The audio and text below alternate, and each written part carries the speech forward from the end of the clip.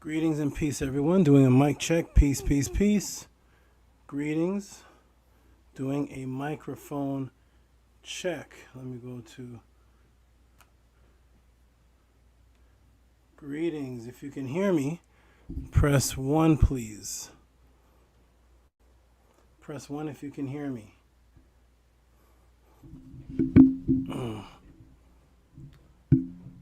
Mic check.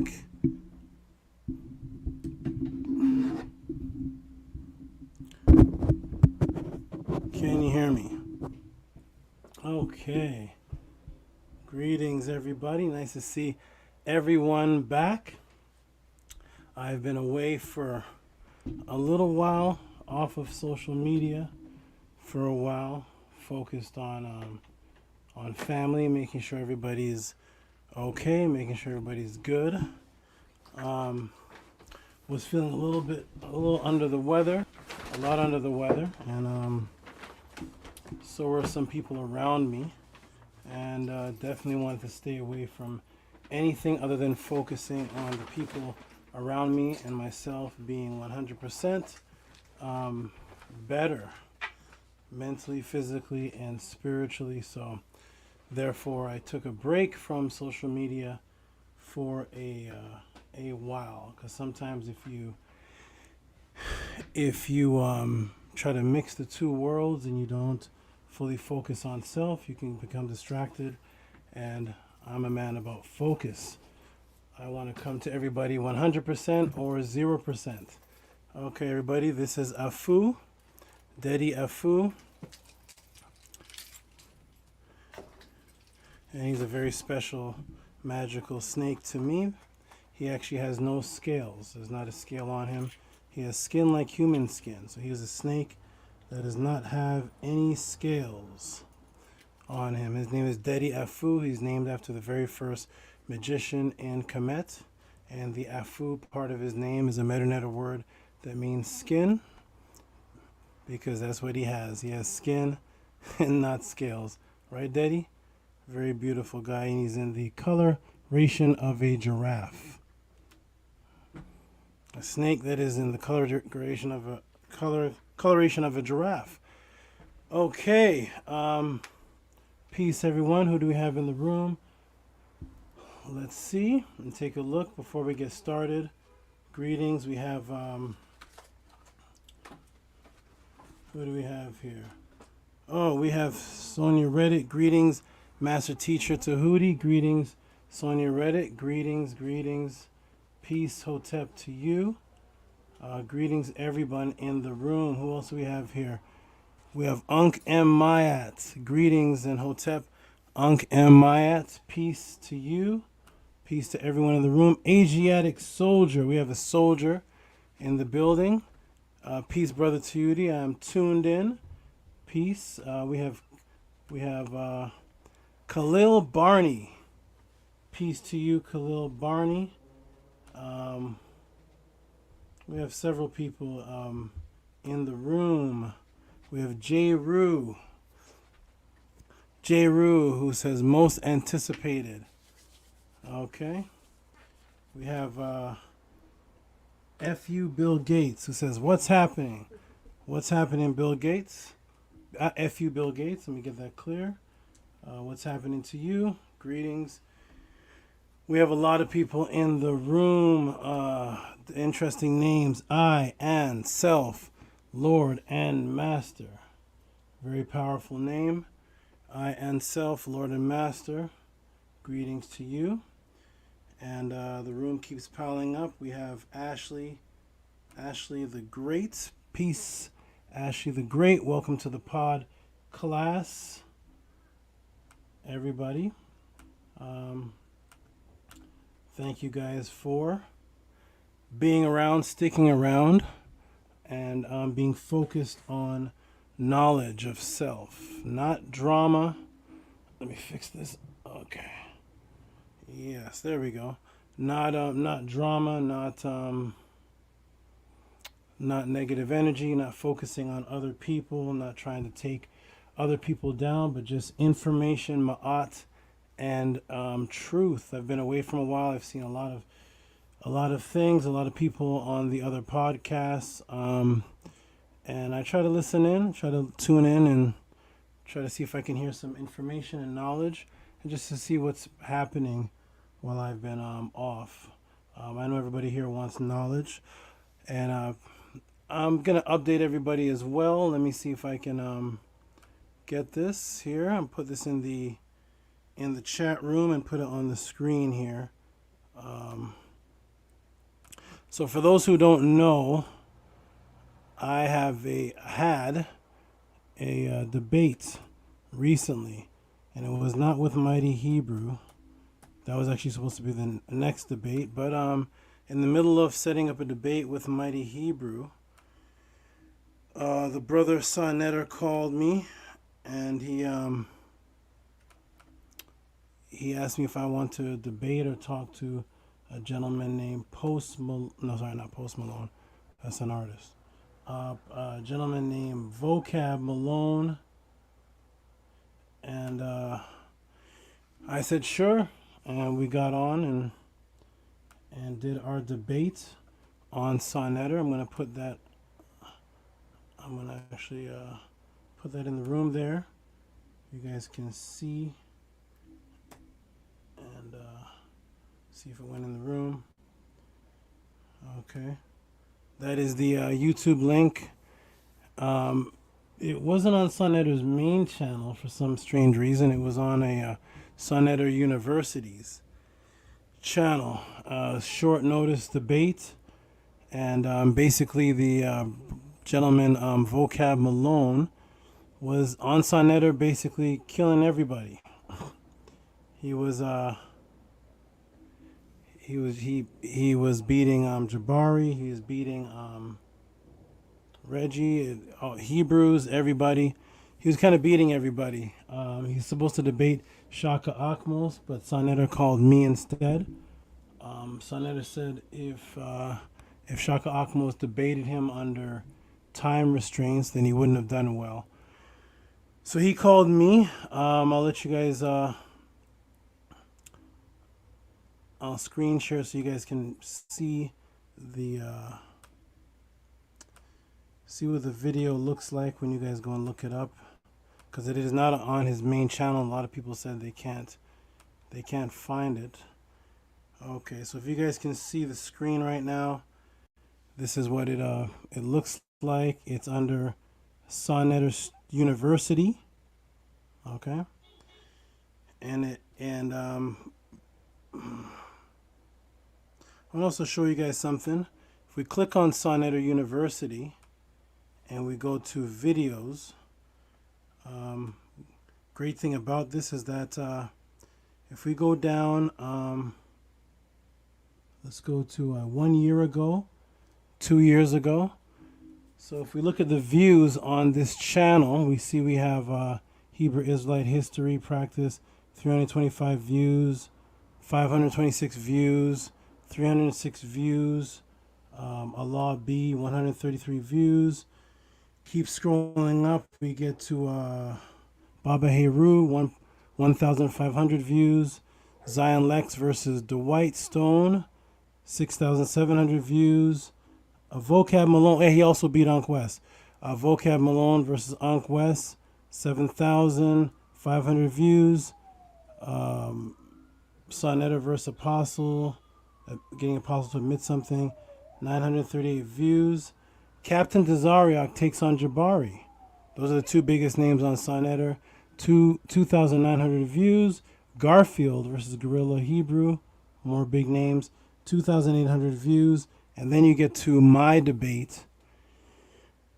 Welcome to the big leagues, Brother Tehuti and VOCAB. And as you can see, ladies and gentlemen, I'm proud to say that in the last 2 years on this Sonetter channel, my debate has gotten 13,000 views, and this is on a smaller channel. And as you can see, the videos after that are all still averaging 1,500, 624, but we got 13,000 views. So I have the biggest viewed debate and biggest viewed video on the Sonetter channel in the last 2 to 3 years. and I guess people like to see me debate. I wanted to tell everybody that I've never, let me take it off screen share. I've never challenged anyone to a debate in my life. People ask me if I'm going to debate Shaka, if I'm going to debate, what's this Spanish guy's name? Sanchez. If I'm going to debate Sanchez, several other people, and I say, I don't know. I've never challenged anybody to a debate. And people are, a little bit upset and such because I'm not into the raw talk. I'm not into the WWF type of talk. I don't call people names. I don't talk about people's wives. And I am, to this point, the highest. I have the highest win debate history for us. I say for us because I'm about all those who are about truth and ma'at. And to this point, without issuing any debate to anybody in my life, I do have the highest debate winning history on the within the whole conscious community. So I've beaten every single person on Sonnetter according to the rules and according to the judgment. I beat Zion Lex according to the audience. I beat Jabari according to Sonnetter and the audience. Those were 5 days apart. I beat Post Malone, so I'm undefeated on Sonnetter. And I went onto the Lions Den and did eight debates or something, undefeated. So I'm saying that when you have the truth and you're focused on truth and information and facts and not blah blah calling names and ad hominems and things like that, then you'll be able to present the facts to people and they'll be able to see that you're clearer than the others. So that's how I keep winning my debates, and I've won every single one. I'm getting a little bored of it. I made debate, I think, Mighty Hebrew, and I think I'm just bored of that. I'll have conversations, but I really debate for all of you just so you can see the truth. And but win after win after win after win. I think I'm 11-0 wins, and let's just stick to teaching and such. But I want you guys to go see that debate, because that was my last one. It was just on December 25th. I had to kill Jesus on his birthday. Okay. So peace and blessings, everyone. I'm glad to see new people have come in. Vinny Blacklock. Ahati Ma'at. The reason why I am public is because of this brother right here. I was public teacher from 1993 until about 2008, and then I kind of went private after that, and then I came out again on Pal Talk. But as far as showing my face, I was a recluse. I only taught my personal students, and this brother Hati Ma'at kept saying, you got to get out there, go out to the internet. People need to see you. People need to hear you, and go debate. People need to see you. These other teachers out here are not sufficient. So he finally convinced me. I think it was after 5 months. Finally convinced me to go public, and thus here I am, public for everyone. So peace and blessings to Ahati Ma'at. Peace and blessings to looks like Tamika just walked in. And we're gonna go to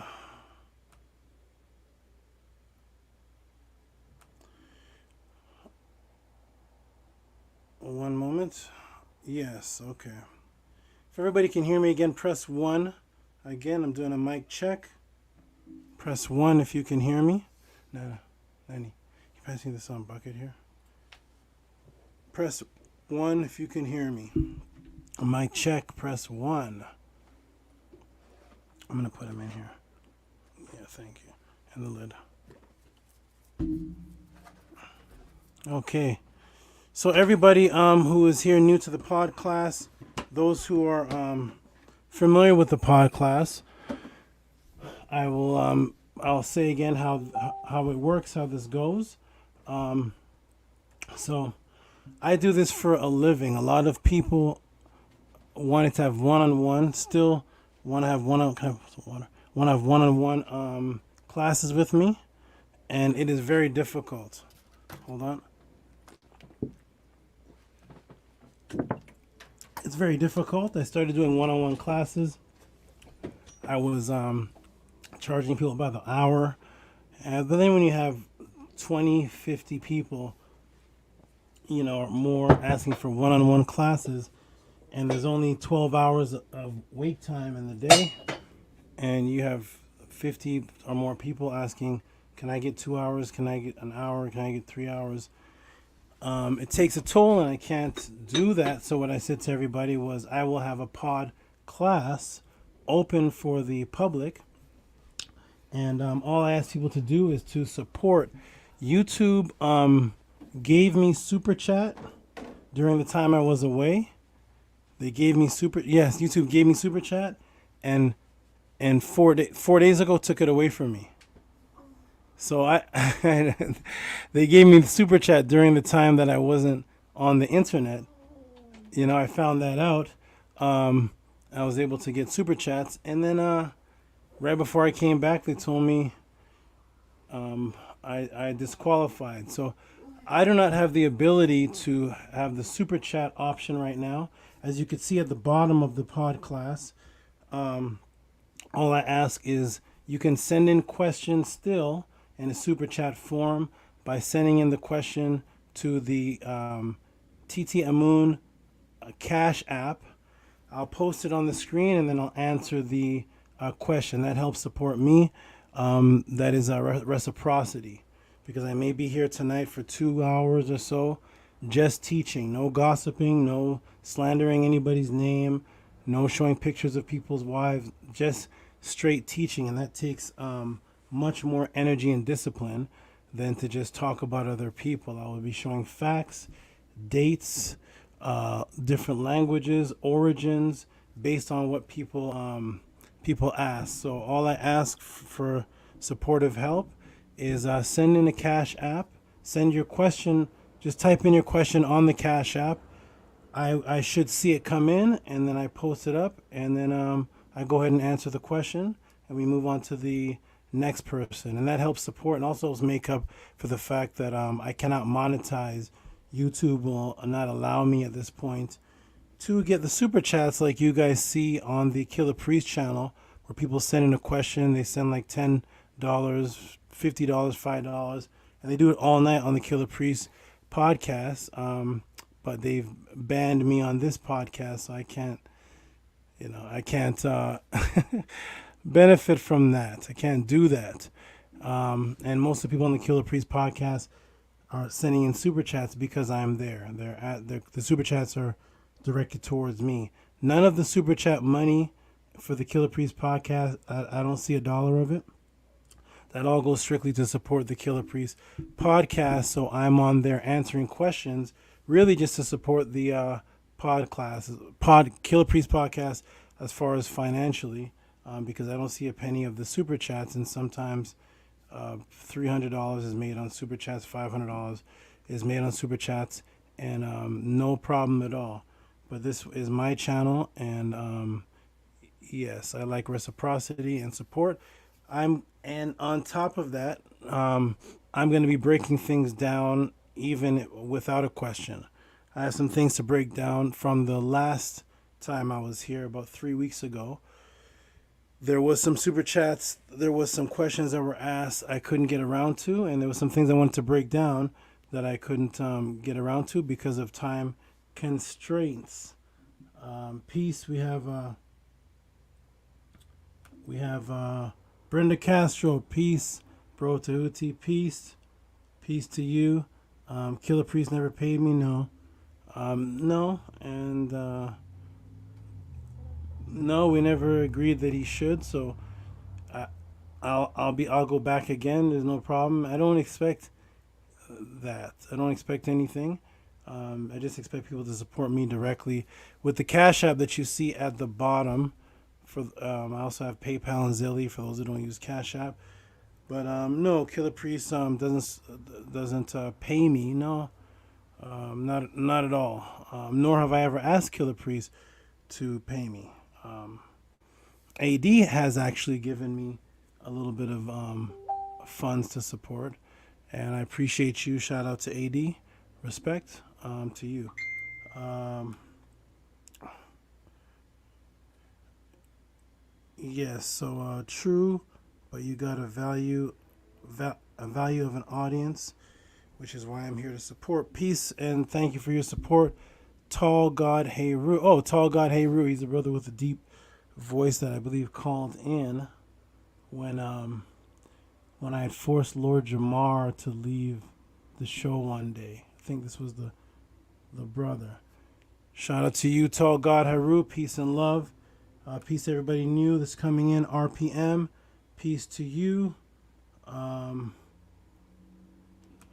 Ma'at says, you're humble, Neb. M Neb. Yes, I'm, yeah, I guess that's a good word. I'm just,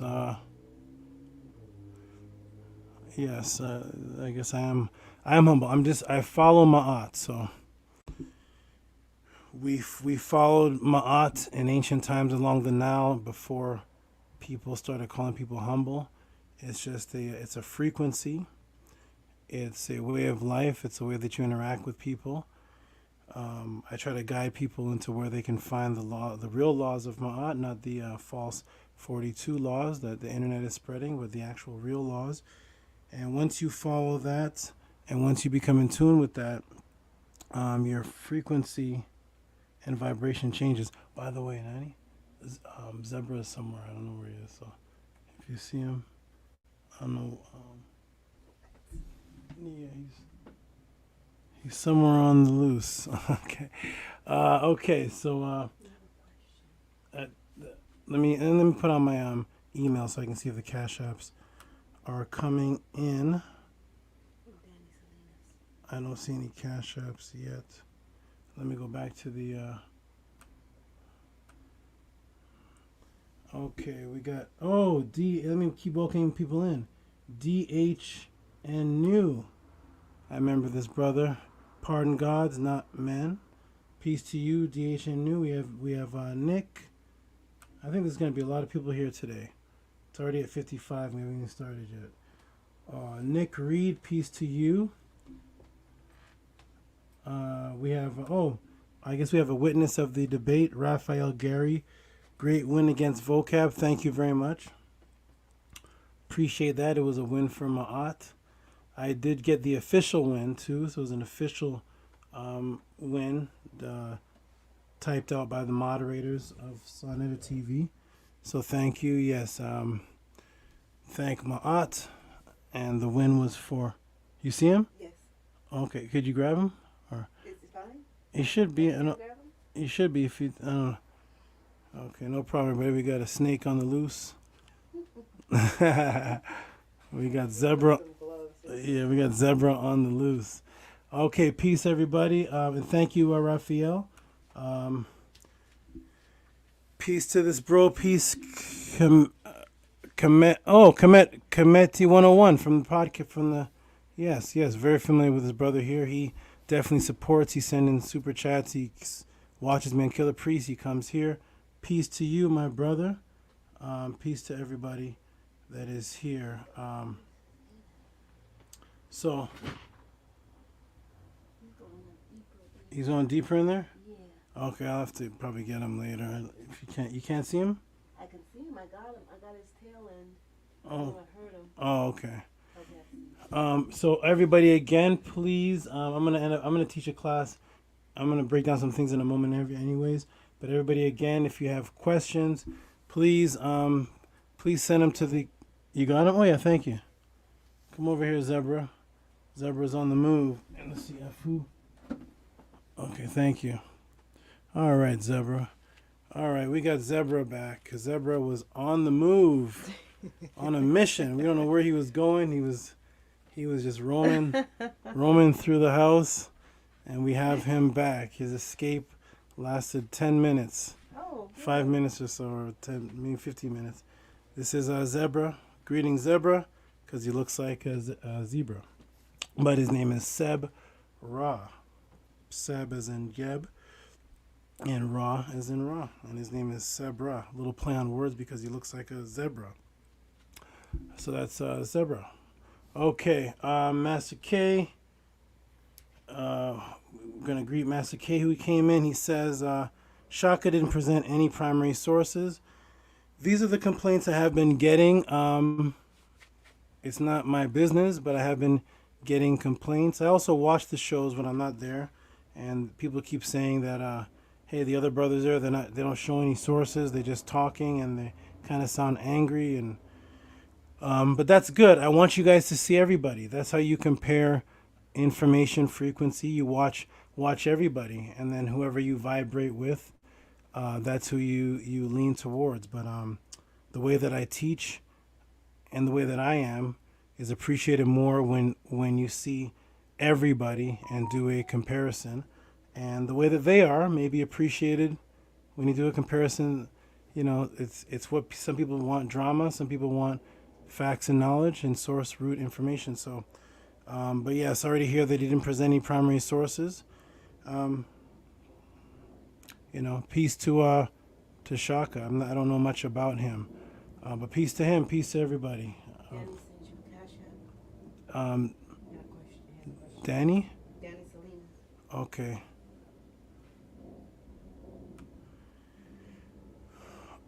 Okay. One moment, everybody. I gotta take a 2 minutes.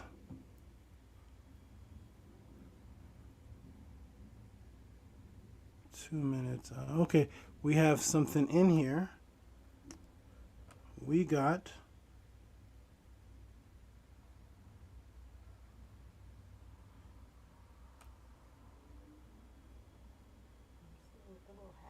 yeah, I see it. Okay, we got a cash app. Let me ask Danny before I do this, because it's not like the super chat. Let me go back to the screen. Danny, can you hear me? So this isn't like the super chat.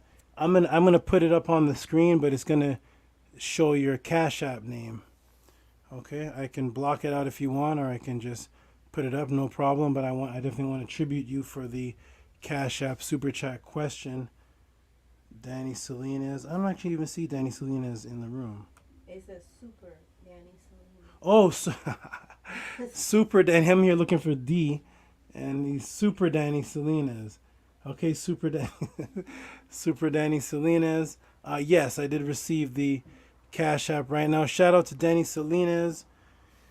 I'm gonna actually just put the. Let me go ahead and. He has a question. Yeah, it's in the cash app. Yes, here it is. Okay. Boom.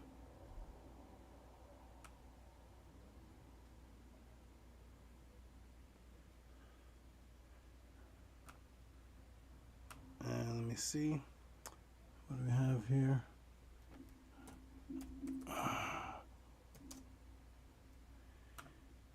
Okay, let me get to the screen. I have to do all this manually, right? Because YouTube is not working with me at the moment. So we're gonna go to here we go. Let me get to the class. Today, manual time.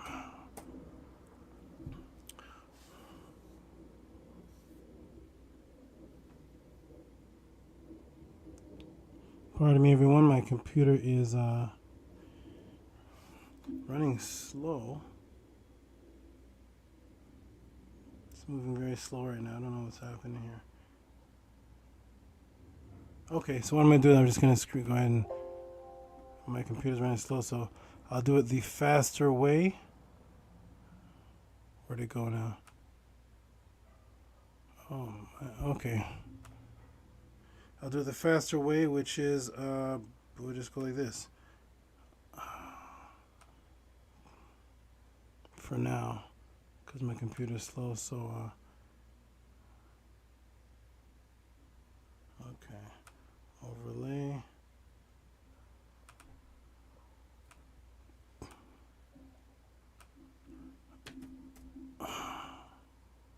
Okay, here we go. My computer has picked back up. Now I can find January. See if it shows up here. Okay. So we have, boom, there we go. We have Danny Salinas with the $7 super chat, aka Cash App support, for a question, which is, can you tell us about Stargates? Everybody, if you could hold a moment, please. I have to step away for just a moment here. I shall be right back. One moment.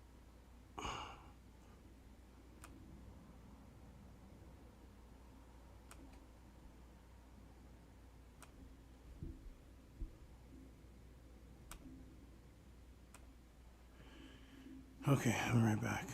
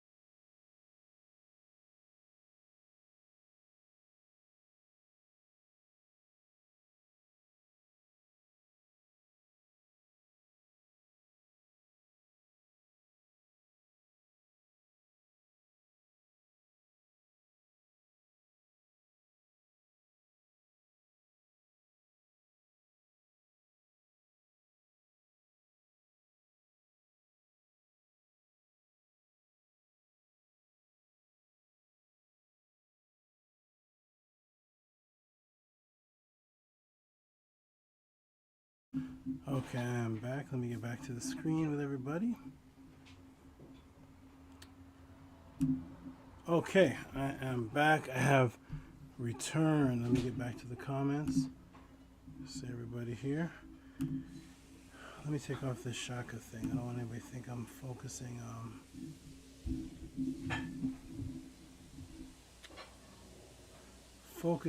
on this here, because I am not focusing on anybody here. Anybody, I'm not talking about anybody negatively. Okay.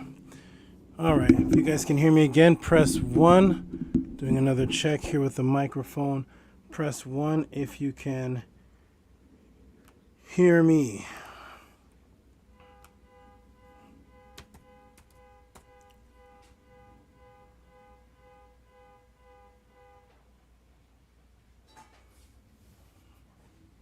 Okay.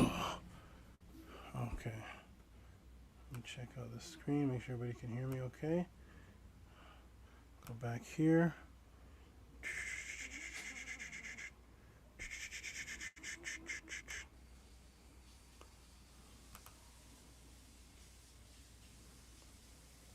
Okay.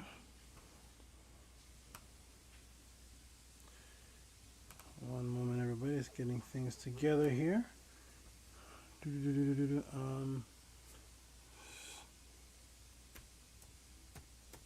Oh.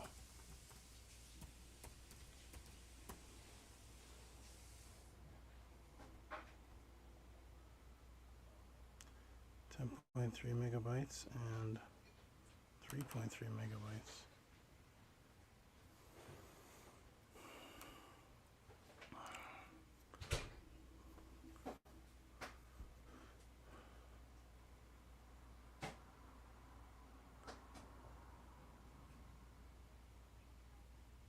Okay. All right, everybody. Thank you, Danny Salinas, for the $7 super chat. Peace and love.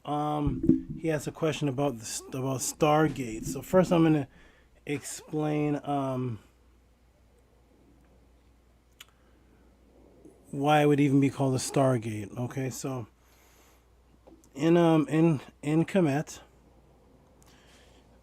there are many references to star type beings or light beings, and the Kemetians urge to get to that other side, to go to that realm of light called the Nesser. The Nesser was the realm of light, and this created the word Nisu, and it meant fire or light, and this is where you get the word Nisubiti from.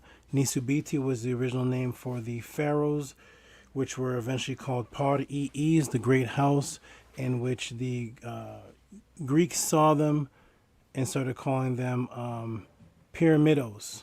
They called the buildings they lived in pyramidos, and the pyramidos were the Par-Ees, and the pharaohs were the Par-Ees, and they had the same name. It meant a great house, and the pyramidos meant fire or light in the middle. So we're gonna get to the actual Stargate that is in effect today is called Cern. I'm not gonna get into a big breakdown of Cern, but I will show some references as to Cern being today's Stargate, what they're looking for, and then I'm gonna get into the ancient Stargates and the ley lines and things like such. Most people in the room are already familiar with Cern, and I'm going to show something here because I want everybody to know that we had ancient concepts that we used that were beneficial and helpful to us in our development. And the modern day government and European takes these ancient concepts and turns them into things that are destructive.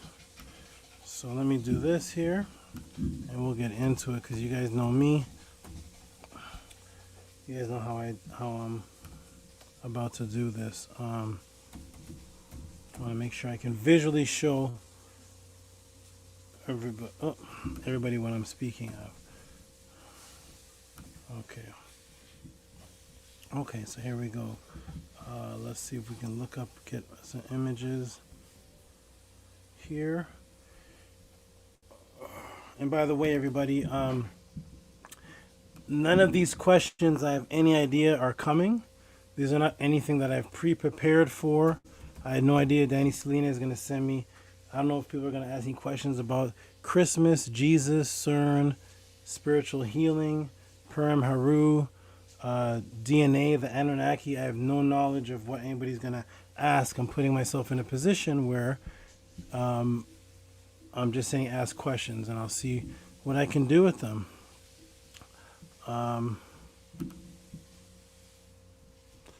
me see. I'm trying to get the visuals for you, and then we'll.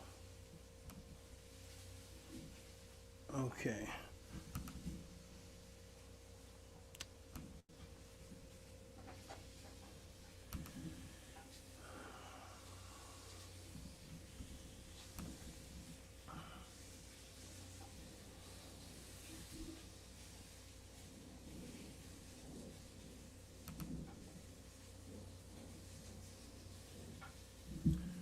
Okay, here we go. Let me just get an image, pull up an image here.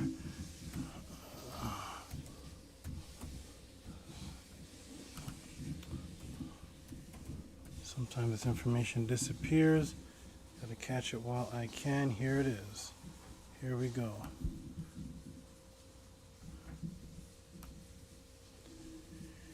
Okay, I'm gonna pull up the movie. Let me see if I can get the movie here, where they get this from. Alright, okay, movie. I like to show how they're getting these images and concepts and how they're actually utilizing them today. Okay, here we go. Oh, it's a video. I can't play that, sorry. I need just to let me see if it will. See, this is not available anymore. They remove information fast. It's not available anymore. Okay, no problem. I'll grab another. These people are not playing around. Okay, let's see. Is this from the movie? Okay, here we go. Okay, let me go ahead and do a screen share. Here we are. Everybody's here.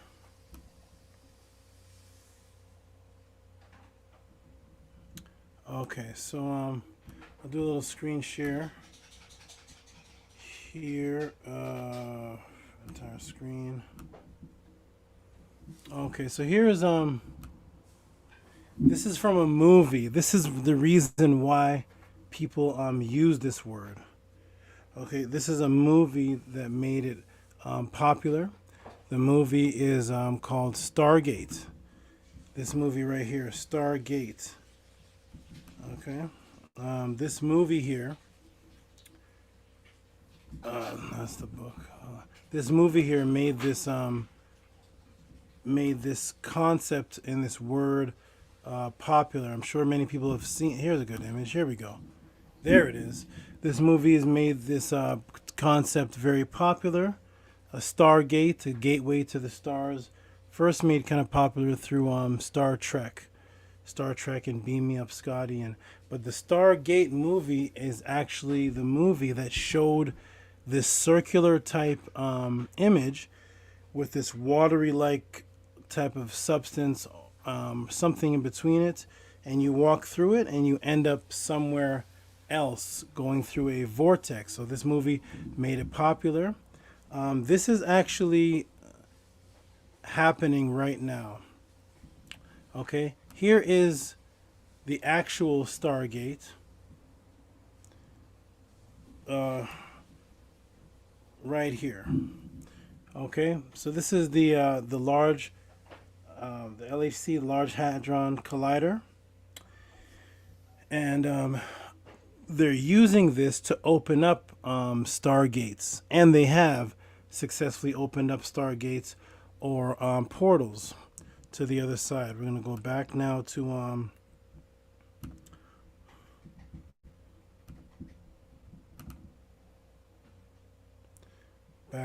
this.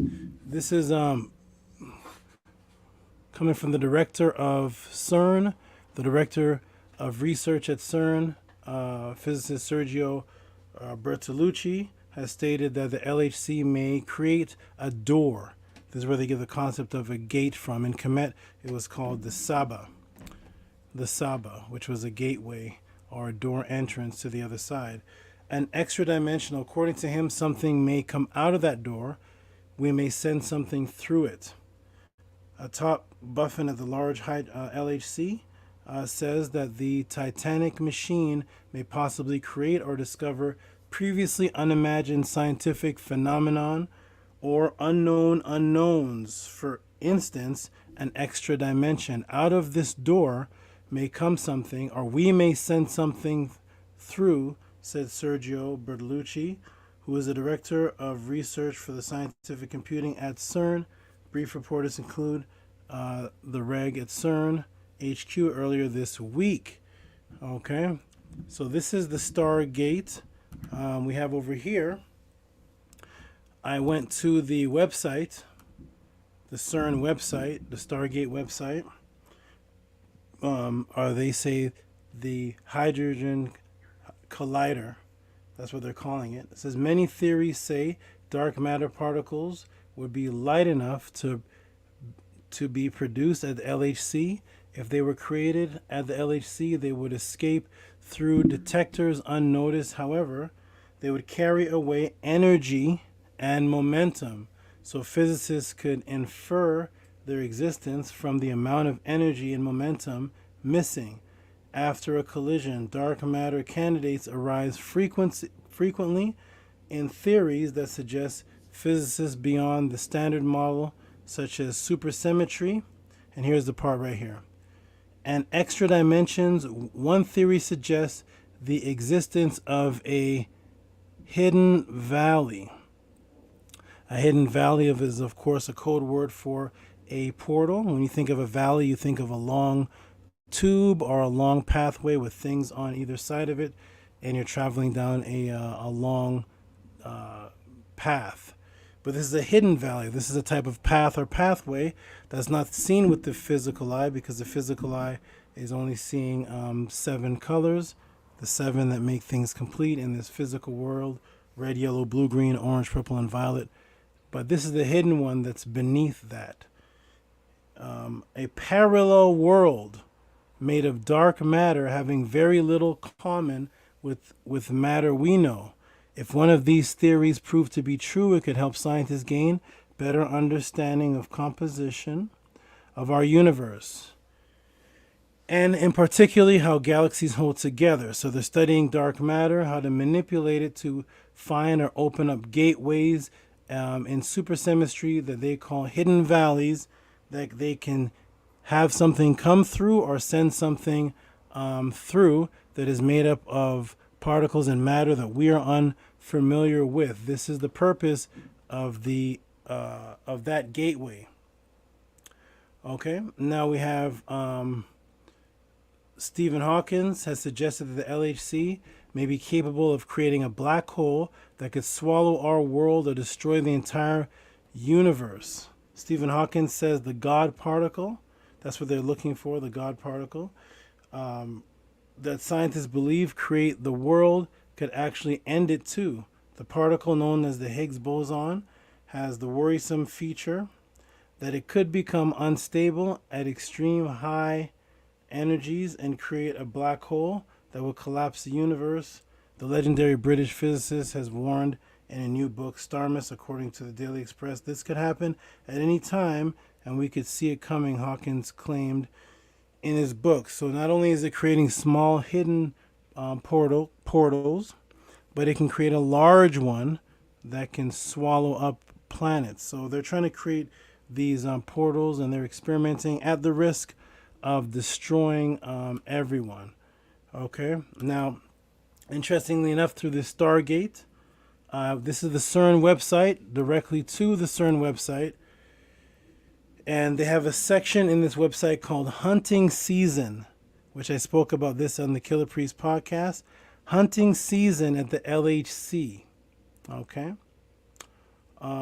they are hunting for something, comparing it to a hunter's season.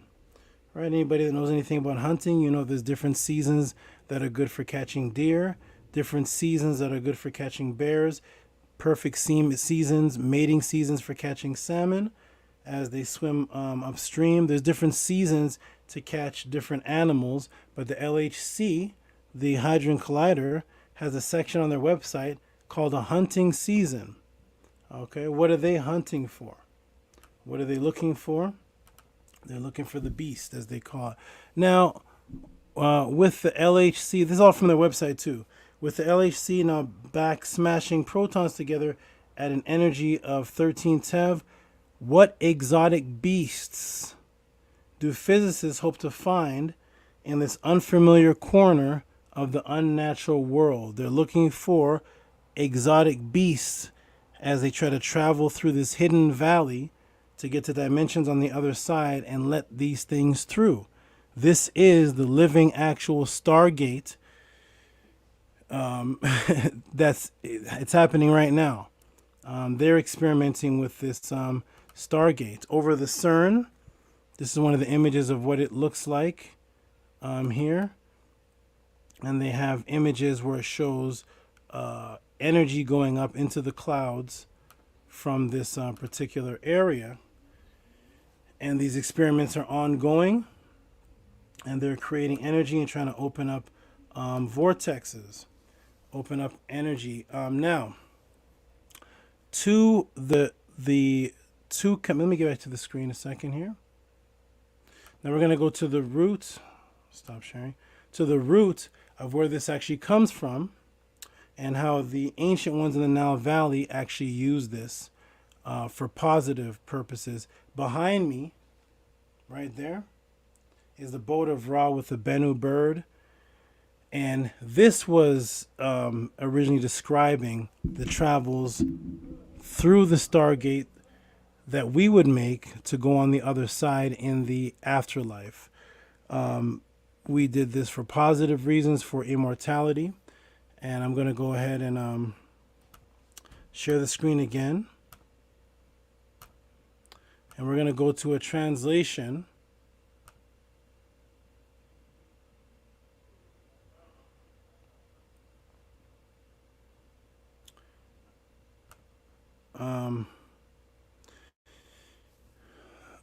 This is in Miriam Litchim's book, Ancient Egyptian Literature, page 18. There is a section, a translation from the scribe's writings, because there's a section in there about the afterlife. This is on page 18, and there's a section in there about the importance of the scribe and the afterlife by the scribe Peheri, the Justified. Okay, Peheri was a scribe, and these scribes had elder scribes that advised them, and then they would advise their sons, their children, who also, some of them became scribes. So now, it goes on to say, you eat bread beside the netter, beside the god as they have, at the great terrace of the Ennead, that's the 9. Turn from there to where he is, in the midst of the leading council. You walk about amongst them. You consort with Heru's servants. You go up, you go down unhindered. This is speaking about what the Ba is able to do when you have an out-of-body experience, or when you die and your energetic, your bioenergetic projectable double comes out of your body, and then it is able to go through the original stargates, because it can vibrate on that dimension in the original hidden valleys, not the hidden valleys and the beast that the people today are looking for, but in the hidden valleys that we used to travel through when we were having out-of-body experiences, or in the afterlife. It says, you go up, you go down unhindered. You're not turned back at the gates of the Duat. The portals of Lightland is open for you. And here's the part I want to focus on. So in this scribe is writing about portals in a light land, an etheric world, or a light world. This is not the physical world. This is the world that's beneath or inside and creates the physical world, right?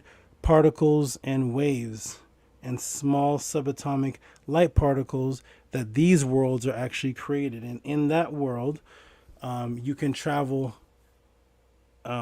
without hindrance of physical matter. You can use the ley line grids to travel, the 64 ley line grids. And at each crossing of a grid, there's a conductivity, discontinuality ley line where they crisscross. At every place these places crisscross, these are nodal points that are the actual stargates. Nodal point 1 is where the Pyramid of Giza, as they call it, the Aku, the Mir Aku, Aket of Giza, and that is on Earth Grid 1. The Earth Grid is actually the original portals and the stargates that lead you to different parts on the planet and off of the planet. And you could travel through these stargates, as they have them, are these portals. And these are portals of a realm called the Lightland. This is a non-physical, what we would call non-physical. It's physical when you're there because you vibrate on the same frequency. But in the world that we exist in now, these subatomic particles of minute quantum light in the realm of fire, or the realm of Nesser, the light realm that Christians stole and say that you go into the land of light and everything is, Jesus is the light. All these concepts are coming from Kemet.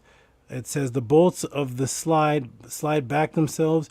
You reach the hall of the two truth, the double ma'at. The netter is in it, welcomes you. It's speaking about what's happening to you in the afterlife. Sometimes when people have what's called near-death experiences, they have recollections of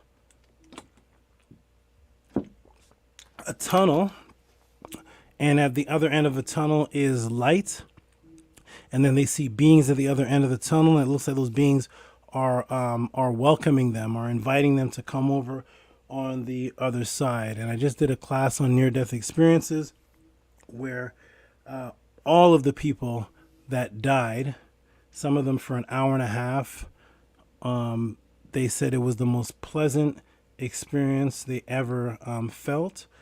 Pascal Beverly Randolph, who is the father of sex magic in America, said that when he was drowning and he was dying, he felt like he was having the most massive orgasm, because that's actually what's happening. It's your final orgasm where your body is, your etheric body is ejected from your physical body. And when you get there, beings of light welcome you. There's also beings that are not of positive light, and they'll welcome you too, but they're there to destroy. So it says you settle down in the nether world, right? The underworld, right? You stride about in the city of happy. Your heart rejoices as you plow. In your plot in the fields of reeds, you are rewarded with that which you have grown. You gather the harvest. The rope is roped for you and the fairy.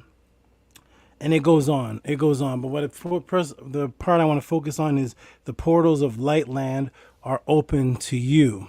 So there's portals which are gateways, doorways of this area that is compared to pure light, and they are opened for you. This is now the Per Emheru, or what whites, Europeans call the Book of the Dead.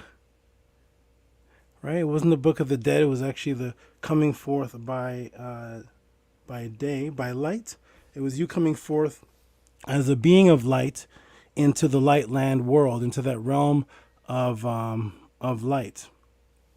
So this is where the concept originally comes from, that created the term Stargate, or things associated with the heavenly skies. It was the Per Emheru, right here on page 174, where it says, I am the eldest born of unformed matter. So right in the very beginning, it talks about the Paut. This is unformed matter. Okay, we'll get into that if it's asked about. My Ba, my soul, is of the Neter, who are of the souls of Nehi, which is eternity, timeless. Because in that realm, there is no sun. The only reason why we have time, hours and seconds, which I was going to get into, I'm still going to get into that, hours and seconds and day and night, is because there's a sun and a planet that's rotating around it. If you take away suns and planets and take away those things, then there's no longer any time. Time itself is an illusion. I am the creator of darkness, making his place, and here it is, in the confines of the sky. Okay? So the confines of the sky are the Teruheri, right, is where this concept of a gateway to the skies come from. I come, my soul advance over the ways of the aged ones, the ancient ones. I make darkness in the confines of the sky. Once again, associating where you go to with this realm called the Heri, or the Pet, which is associated with the sky and ascension. I am strong sailing over the sky. I fetter with bands in darkness, and the worm, and here's the part I want to focus on, and the worms hidden, the Fentut Emen, the hidden worms. In the Amduat, or on the walls of Seti, in the Book of Gates, it shows people traveling on top of serpents and snakes. These represent what are called wormholes. All right, which are, again, the hidden valleys that represent something that is long that you travel through. Okay, I extend my steps, and now when you get into this word setet, right? Which is the same word for walking out of your body. The word for walking out of your body in Kemet is satet. Okay, satet. And it's to break through or to breach something, right? Breaking through or to breach something. Okay, so these were all stories. These were all explanations and descriptions of what would happen to one as they were trying to become immortal, as they were trying to become something that is not trapped by the physical world. Okay, so the word for your soul, or the word for your, I don't like using these words, but we're trapped for soul and spirit, for lack of a better word, is ka. Ka also comes from the root word ka or kai, which is to exalt or to become high, to become to raise. So that's why you have the raised hands here. And it was raising your frequency and dimensions to go to a higher realm. Okay, the way you got to that realm was through what were called in Kemet ladders. Okay, but these weren't regular ladders. The ladders just represented something that's used to climb to a higher state, right? But these ladders were called makati, which were fire ladders. Once again, going back to traveling through these portholes of light, or stargates, because their stars were associated with light, because that's literally where light on planets come from. They come from stars. So they were called gateways of light, or today we translate them as stargates. So here it is on page 276, and we see the word maquette here, and it's a ladder. It's a ladder. This is the ladder that's described in the pyramid text as Unas being given the ladder and traveling up to higher dimensions. But in Kemet, the interesting thing about these words is that they have symbols beside them. So right beside the ladder here, you'll see here a half of a pyramid, or a stepway going up, something that's showing ascension, ascending through a realm of light, because the word ladder, maquette, is not just ladder.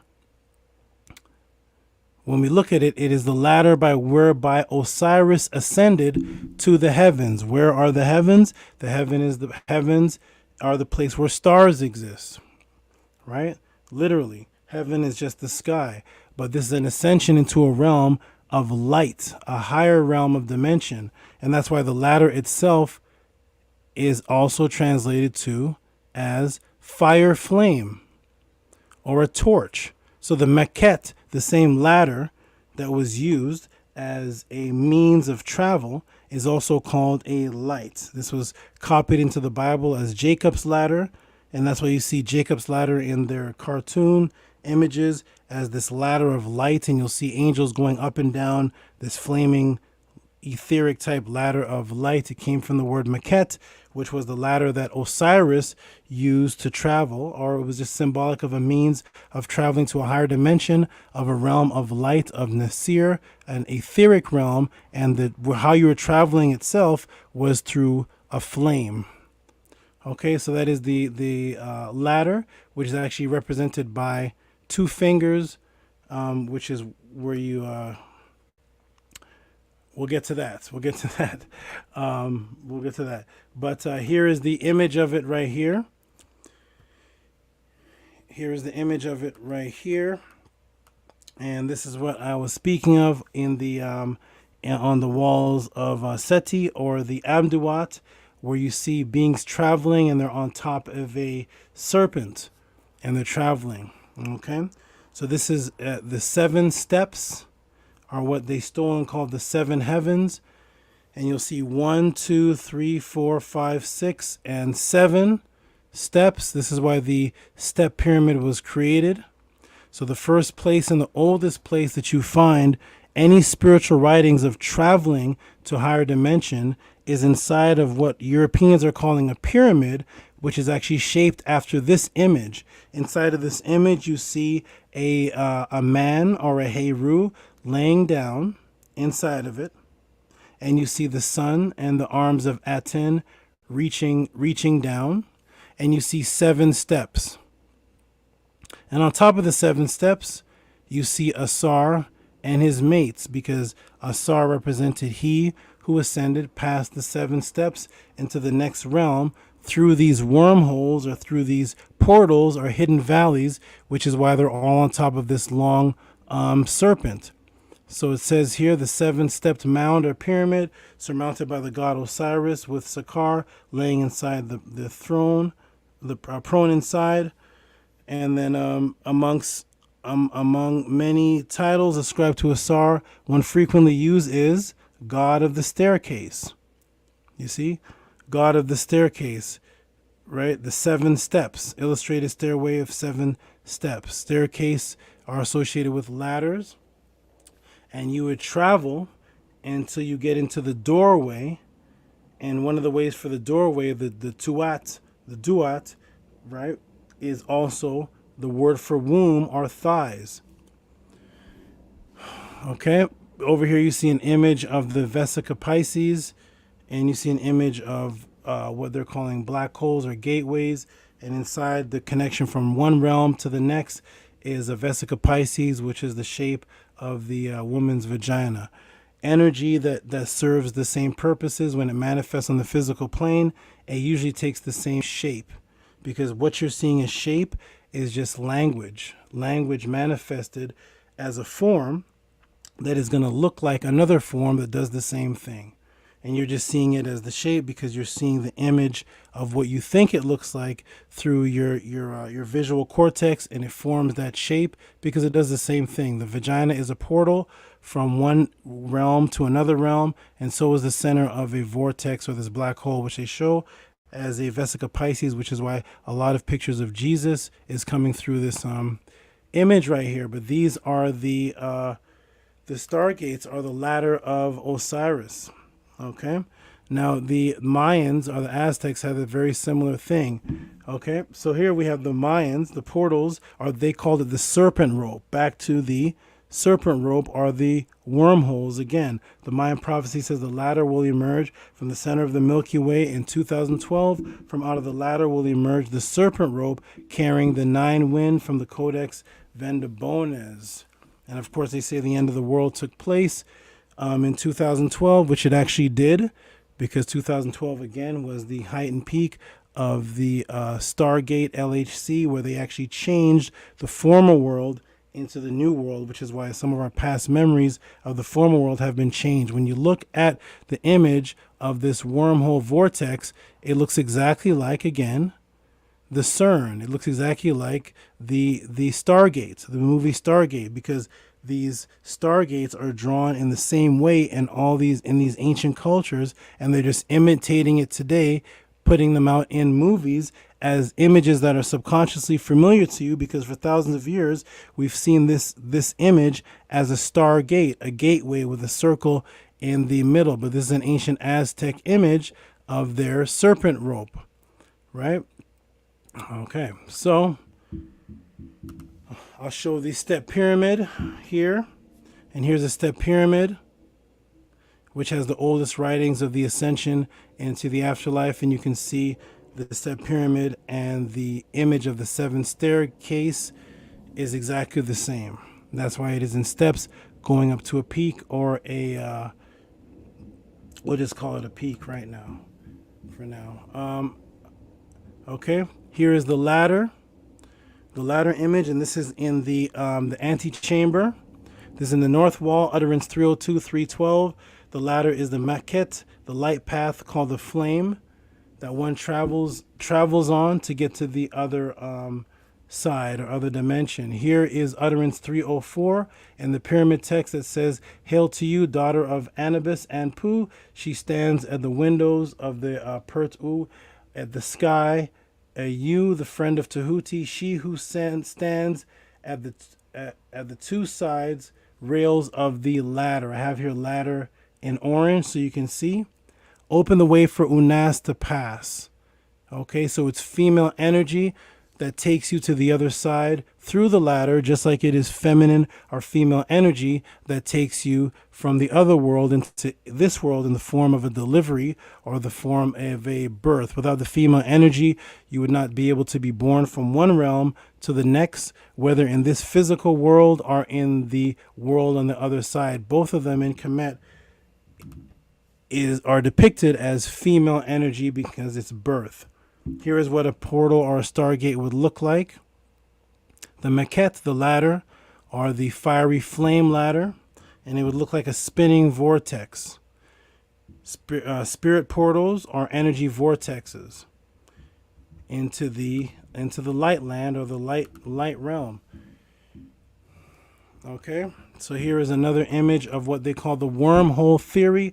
Why is it called wormhole theory? Because it comes from the ancient ones, the Kemetians, the Aztecs, who draw their images of traveling from one dimension to another as a snake or a worm. And that's why when you look at this image here, you see it looks like a snake with a head. You fold time and you can go from one side to the next. It says the wormhole theory, a model of folded space-time, illustrated how a wormhole bridge may form with at least two mouths that are connected to a single throat or tube.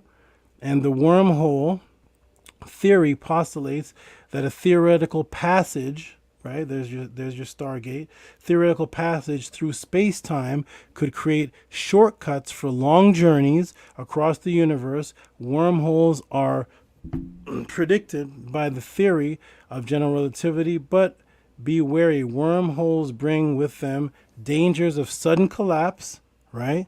Just like they warned about the Hydrogen Collider in Cern. Sudden collapse, high radiation, and dangerous contact with exotic matter, right? Or what they call at Cern the exotic beasts, right? Wormholes were first theorized in 1916, though that wasn't what they were called at the time. While reviewing other physicists' solution to the equation in Albert Einstein's theory of general relativity, Austrian physicist Ludwig Flamm realized another solution was possible. He described white hole theoretical time, reversal of a black hole. Entrances to both black and white holes could be connected space-time, and here's how it's depicted: as a vortex of light or fire or something that looks like this to our eyes in this realm. Okay, so this is what it looks like. These are the portals. These are the Stargates here. And that's why it says in Utterance 3:3, say the purified himself that's appearing on the mound. That's the mound, the same image of what they're calling a pyramid, represented a mound which was ascending upwards of the earth, in which he purified himself. He placed a hib-eb stand, and he set up the ladder. Those who are in the great heaven, see that? Take the arm of Unas, or this N here stands for any pharaoh, anyone who is in the coffin at the time. Say, greetings to thee, ray traverser of heaven, right?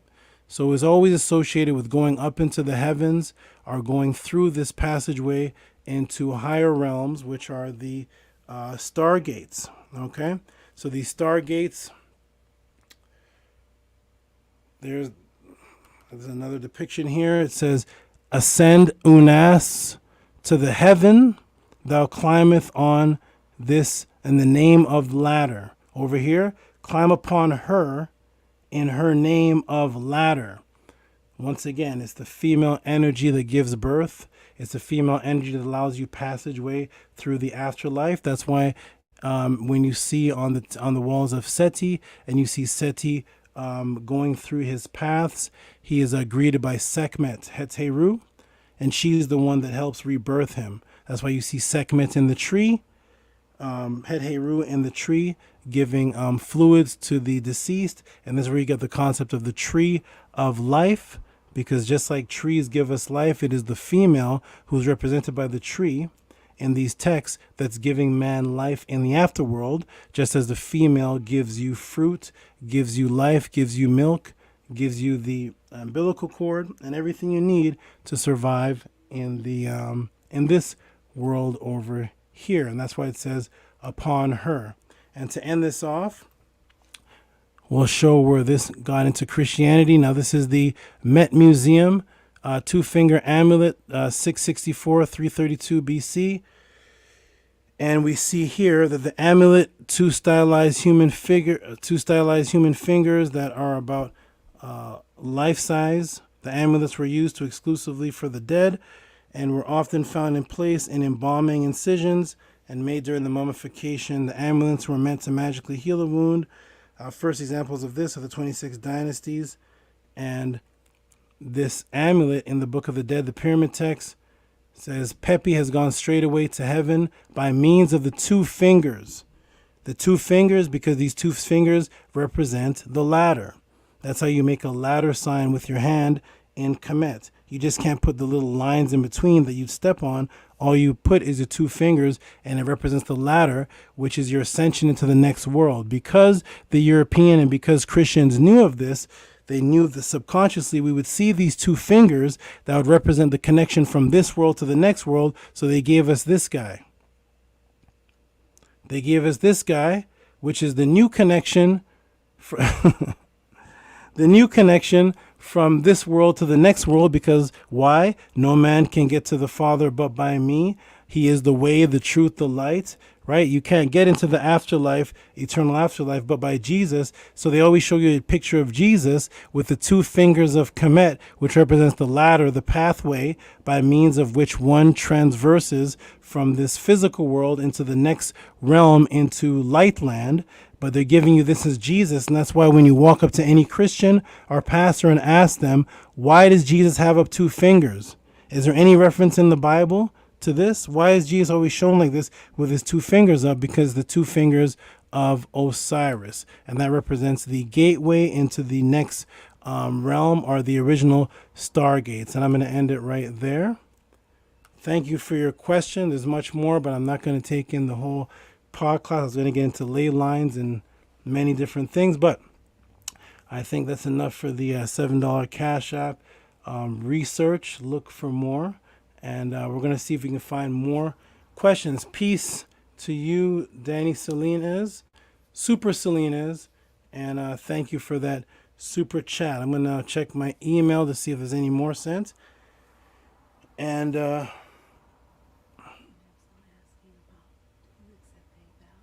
oh, yes. Yes, I do accept PayPal. Give me one moment, everybody. I'm going to take a quick break, and I'm going to put my PayPal up there. But thank you, Danny Salinas, and I hope I gave you a little bit of information on the Stargate of today, the original Stargate. And I'm going to go put my PayPal also on the screen. Give me a second, everybody. I shall be back in a moment. Peace and love. I'll be right back.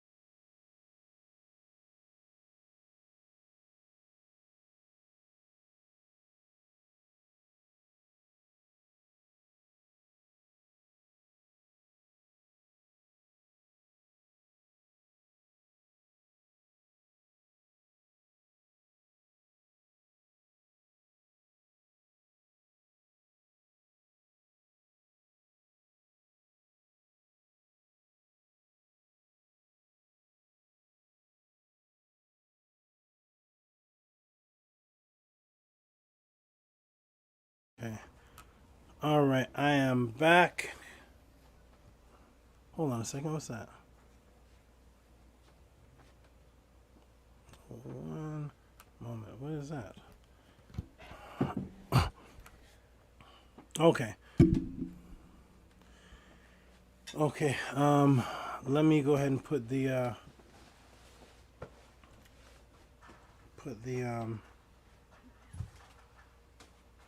I'll put something on the screen here. Give me a second. Thank you everybody for your questions. And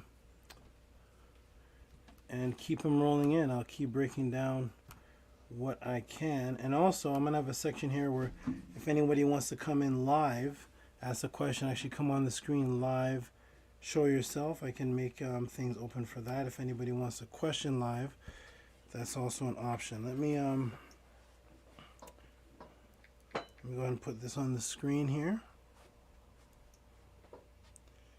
And it is, okay, here we go. Let me put this on here. And for those who are asking about the PayPal, I'm going to put this on the screen here.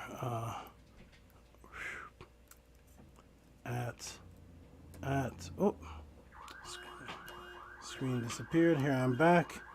Okay, shift at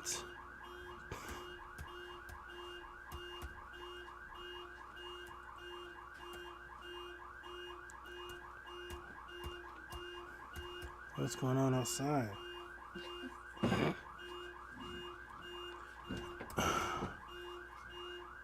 At Rocky SV. I'm going to put that in the room. Let me actually do this. Sorry. Thank you for those who are asking about how to support. Zelle as well. Yeah, I'm going to look up the Zelle. PayPal is at, put this up on the screen here.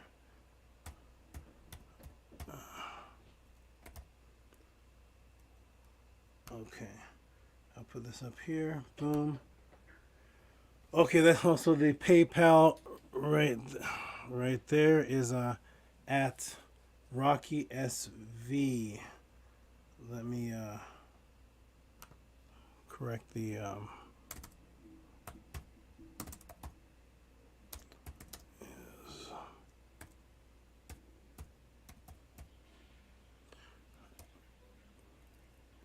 SV. Okay, let me see that. There we go. PayPal's at Rocky SV. Thank you for those who are supporting, asking questions. I appreciate it. Peace and love. Danny Salinas' response to my answer is, thanks a lot, Lord Tehuti. I learned a lot. Thank you, and you're welcome. As we say, Nini Uk. Nini Uk is you're welcome. Thank you is Tua. So Tua to you, and you're welcome, Danny Salinas.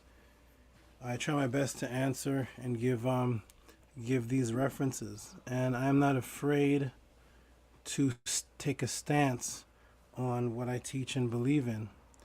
That means that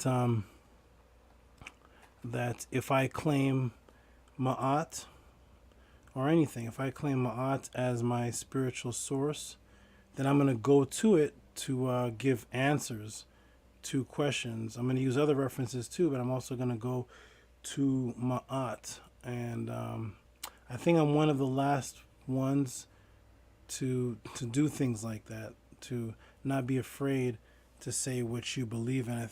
What seems to have happened is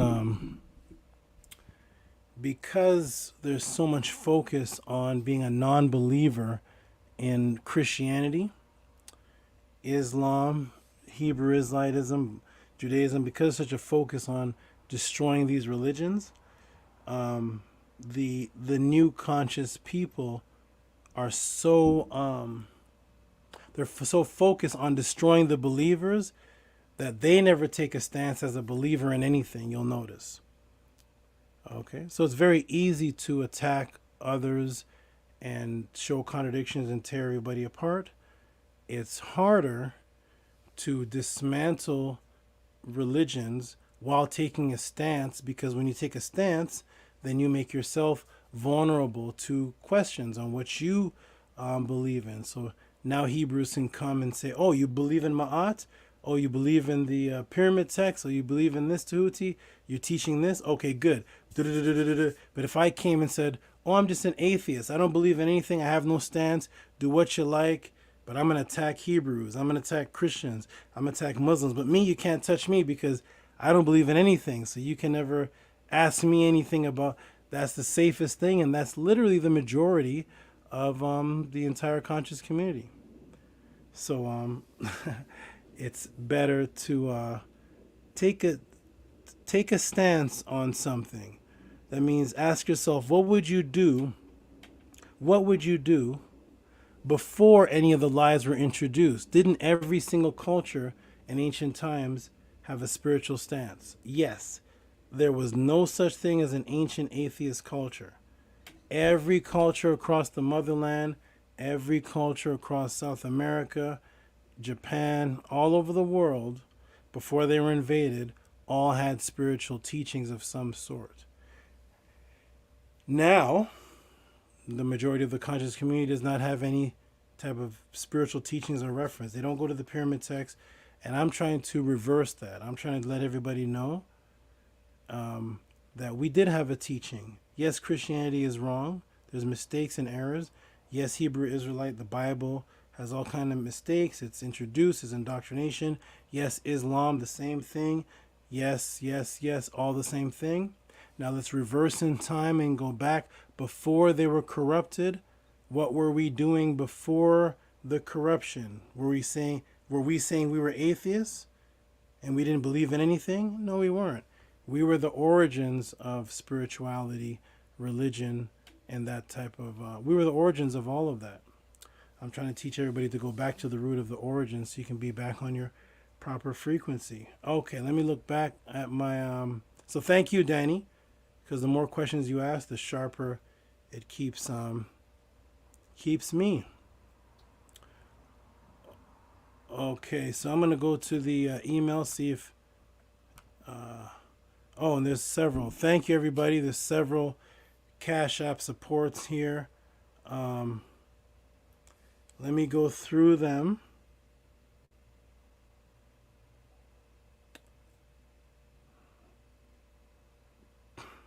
So we got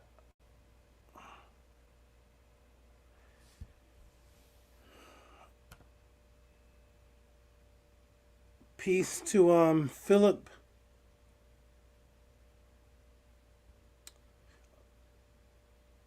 Oh, also okay, I'm just gonna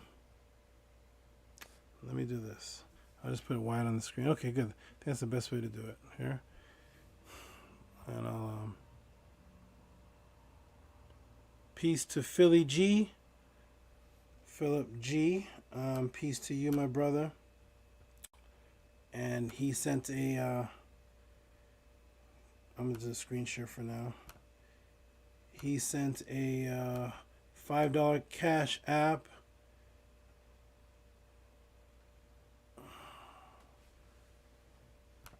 There it is. Just saying peace to the Natiru. So peace to you, Philip G, and thank you for that support. We're gonna go down through them and see if thank you for that. I'm gonna go through the rest, and thank you everybody for your support. We have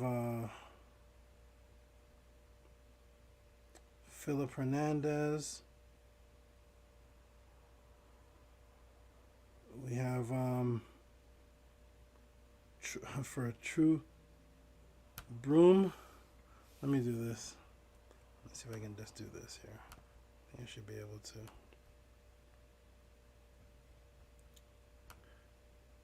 Oh, okay.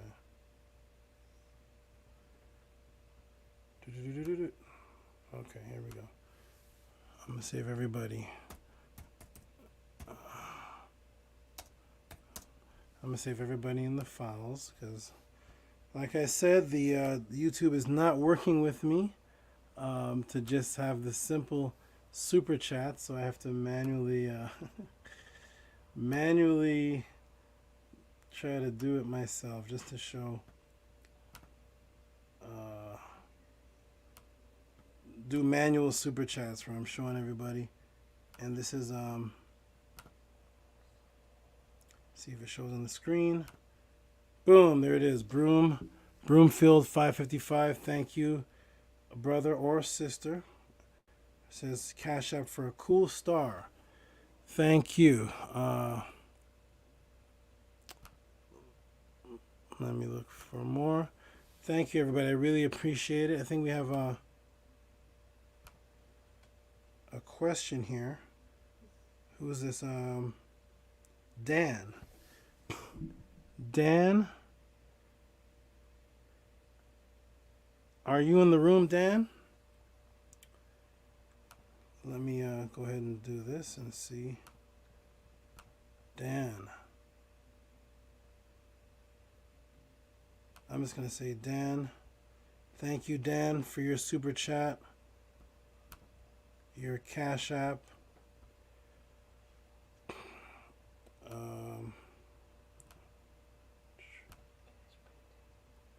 Okay, I'm going to go 3 Dan. Okay. Oh, this one. Oh, so Dan has an actual question, and I'm gonna go ahead and put it. And here is Dan asking a question. I'm gonna show it here. Boom! Thank you, Dan, for your $25 super chat. Appreciate that, my brother.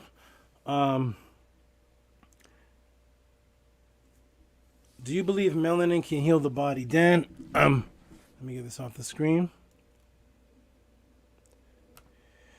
Great question, Dan. What I'm going to do for you, Dan, is I'm going to actually, I don't know if you, and I'll do this for the people in the room also.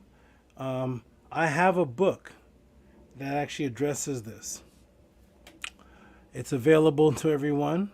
I have 2 beginners books. One is called Melanin Dark Consciousness. And the other one is called Stepping Out of the Matrix. Okay. What I'm going to do is I'm going to read some sections from the book. The answer is yes, absolutely. Melanin can heal the body. That is actually melanin's purpose. That's one of its major purposes. Melanin is not only the healer of the body, melanin is actually the creator of the body. Melanin creates the body. I'm going to do a mic check to see if everybody can hear me. Press a 1 if you can hear me, please.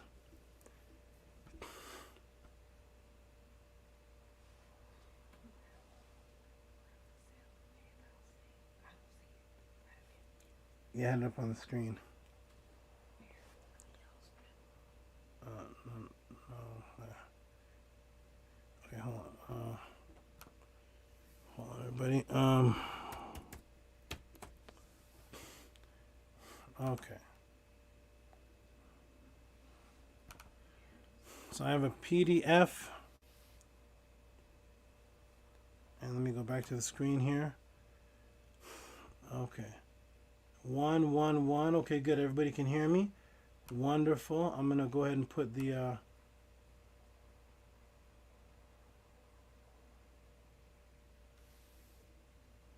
Oh.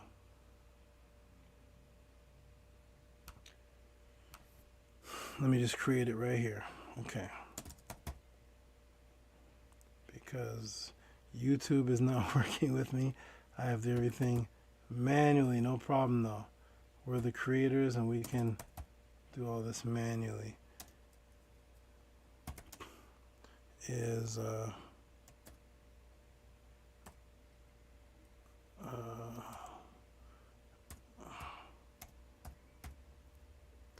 Rocky SV.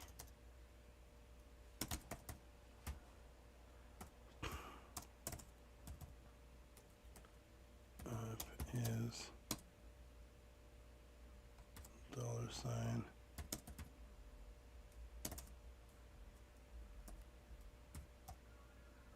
I'm going to put the PayPal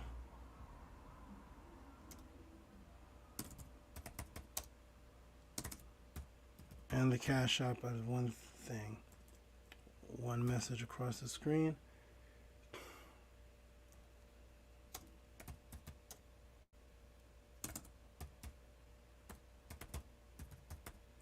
And then we're going to definitely, let me add the banner.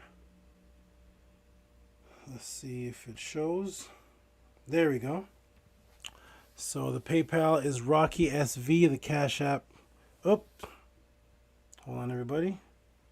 There is a typo in that. Let me fix that. There's too many T's in the TTM Moon, so we're gonna fix that. Save, and let's see how it shows now. There it is. Okay, so the PayPal, everybody, is rock at Rocky SV. The Cash App is TTM Moon. Please support with questions. And let me go ahead and put there. Okay, now a beautiful question was asked, and let me see if the person is in the room. Dan, are you in the room? Is Dan in the room?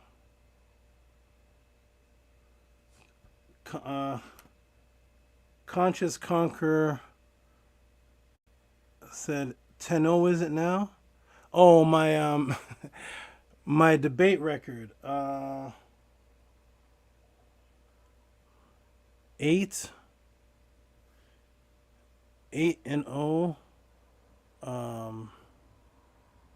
Rasul was 9.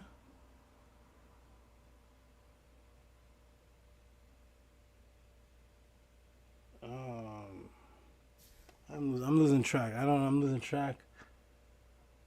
I had a 10 or 11-0. I'm not sure. I don't know, but yes, somewhere around there. Give praise. It's 11-0 or 10-0 for Ma'at. I'm just here teaching, and so each win is for the truth. So yes, I think I'm 10-0 now. I think, or 11, something like that. But thank you, Conscious Conjurer of Consciousness. I'm looking for Dan. Oh yeah, Rasul. Is Dan in the room? Yeah, VOCAB Malone was 10-0. Maybe I'm pre-counting Mighty Hebrew.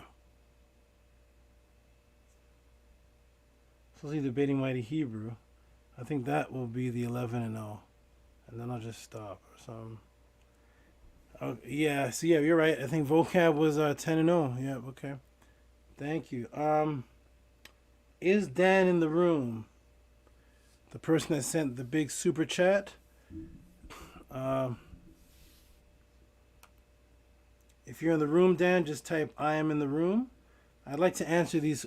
So I appreciate the super chats, and I'd like to answer these questions while the people that sent them can actually hear the answer. They're paying a nice amount of money. I'd like them to hear it. It's good that it's on YouTube though, so even if they stepped away or they're not in the room, they can always watch back the show and get the answer, which is stamped in YouTube forever. Okay.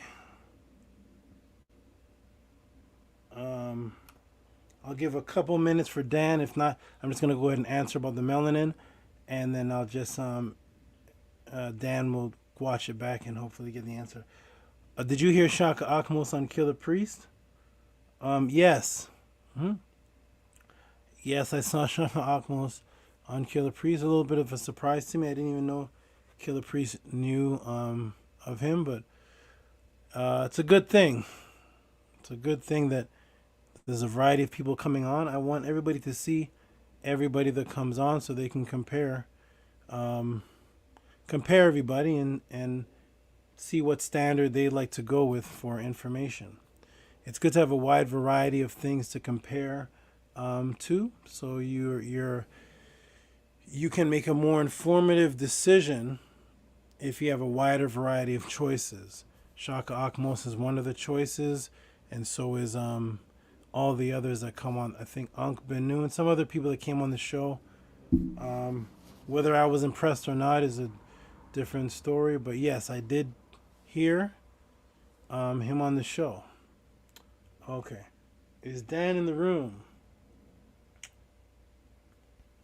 Peace and love, Brother Tehuti.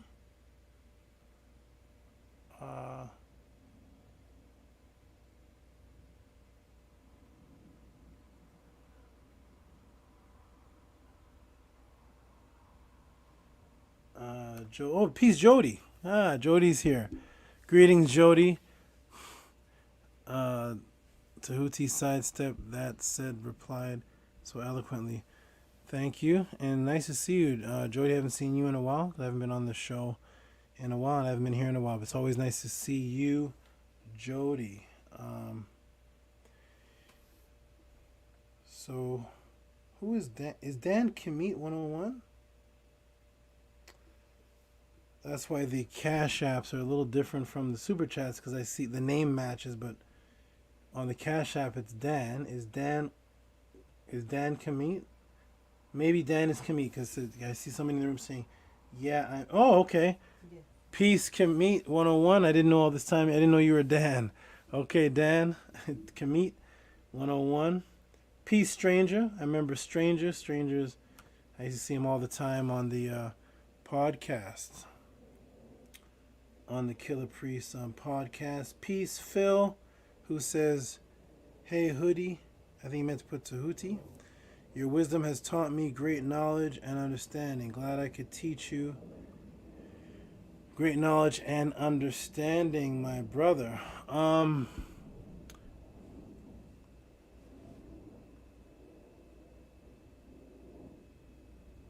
may need to put a hot.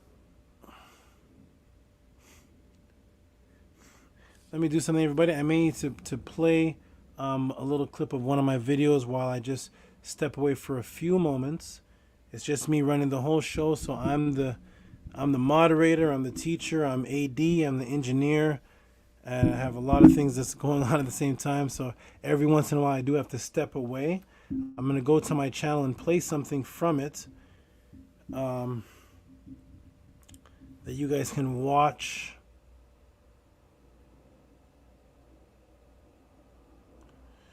While I step away for a moment, so you guys can still be entertained and have your something to focus on.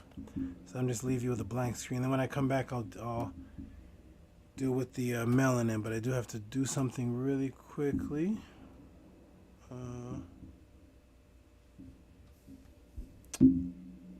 Let's see.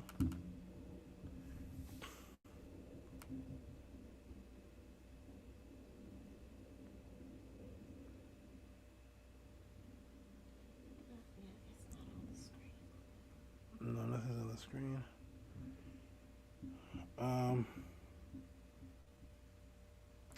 One moment, everyone. Let me try to put.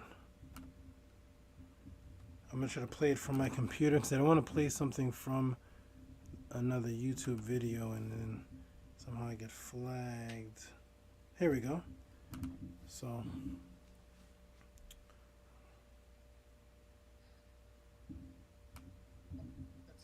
Start when you start, brother.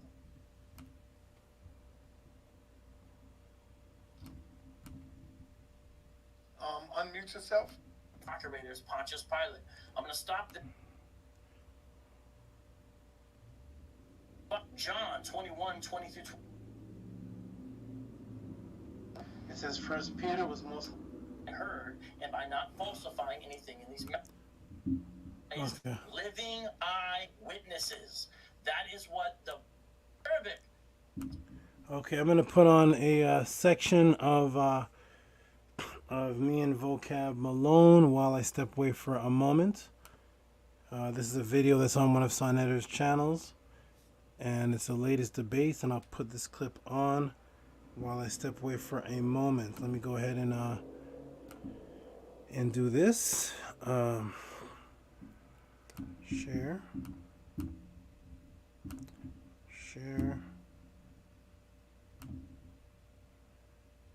Sharing. Is my screen sharing? Oh, here we go. I think the screen is sharing now. So here we go.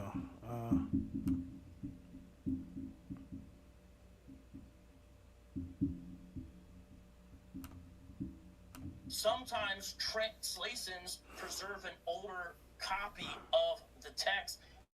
Everyone knows that. In fact, Aristotle preserved a lot in Arabic.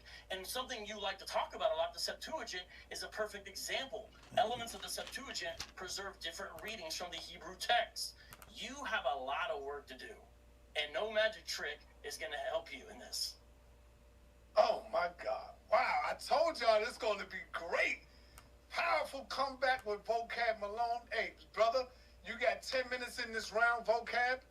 The time will start when you start, brother. This is crazy right here. I hope y'all getting all this in. And please, write down your questions, because when we open up the questions, nobody going to be able to teach. Just ask a question so everybody can get their questions answered. You don't see vocab, me there? you got 10 minutes in this round. All right.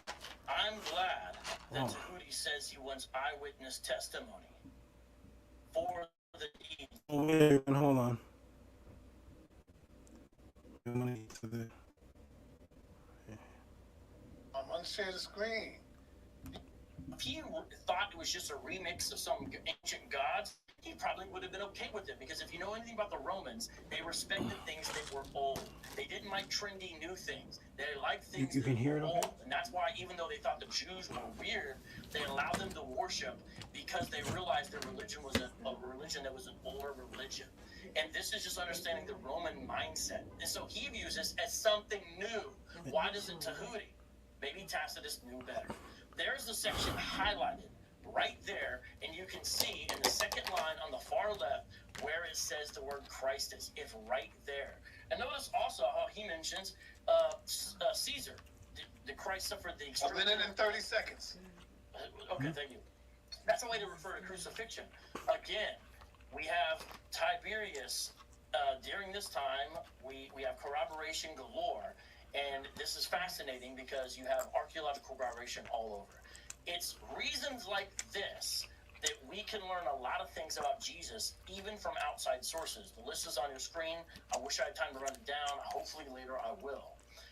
And I'm going to have to skip Suetonius for now, but I'll bring that back to Tehuti because I want to get to this quote from secular agnostic Bart Ehrman, who said this: with respect to Jesus, we have numerous independent accounts of his life in the sources lying behind the Gospels and the writings of Paul. Sources that had originated in Jesus' native tongue, Aramaic, and that could be dated to within just a year or two of his life before the religion moved to convert pagans in droves. Historical sources like that are pretty astounding for an ancient figure of any kind.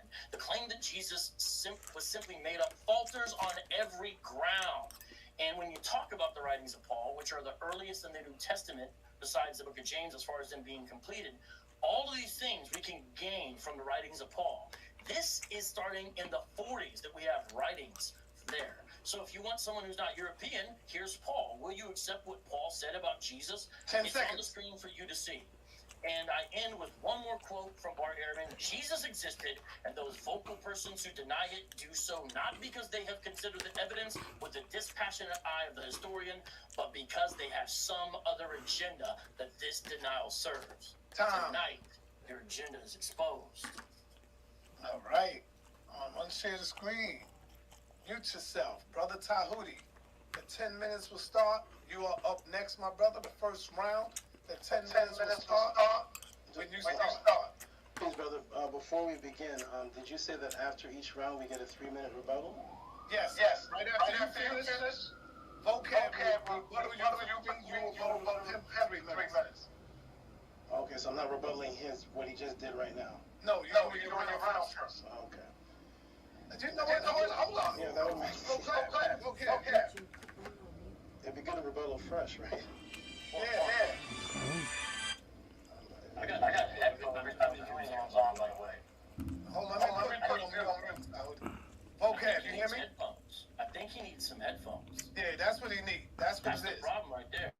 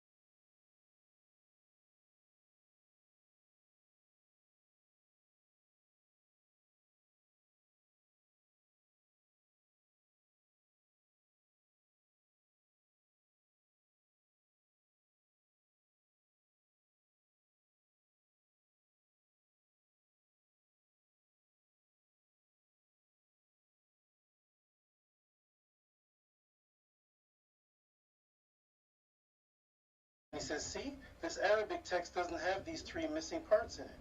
Why are we looking at an Arabic text from a Hebrew? Why are we just... But because they had... Let's go ahead and start, and then I can get into the round. I'm going to do a screen share. Because I took it off mute. Screen share So that here. you're hearing it through, you're hearing And us. let's get into this. Okay, so first off, as I said from the beginning, he will not show any indigenous accounts of the people discussing this creature named Jesus. Here's who he shows, though. Can everybody see my screen here? He shows all these European-looking type people. This is his picture. I don't think these people look anything like Eddie Murphy or even Hudson Brother, even in English. These are the pictures that he's showing. And they're all post-Jesus. These are his outside sources. These are the people that I believe and that I show are a part of this plan. They're a part of pushing this Jesus story. All of these type of people. He has not shown one indigenous writing. As a matter of fact, he showed Josephus, and he even admitted that there are errors that should be taken out. He said it's 96 AD, 93 to 96 AD, 96 years after Jesus. Imagine that. Imagine people writing about Obama. Imagine there being a silence for 96 years, and then all of a sudden somebody writes about Barack Obama or George Bush or even Michael Jackson. Jesus, who is the most important Hebrew figure, supposed to be, if he's real. And he shows this. He shows in red. He said, here are the suspicious parts that can be taken out. Now, if this was an original document, there wouldn't be any suspicious parts that need to be taken out. There wouldn't be any need to put anything in red. And you notice, and I want to know, did Josephus write Arabic? Was Josephus an Arab? So I want to see the original writing of Josephus with the translation underneath. What he shows this thing called Testimonium Flavianum, and he shows this Arabic text. And he says, see, this Arabic text doesn't have these three missing parts in it.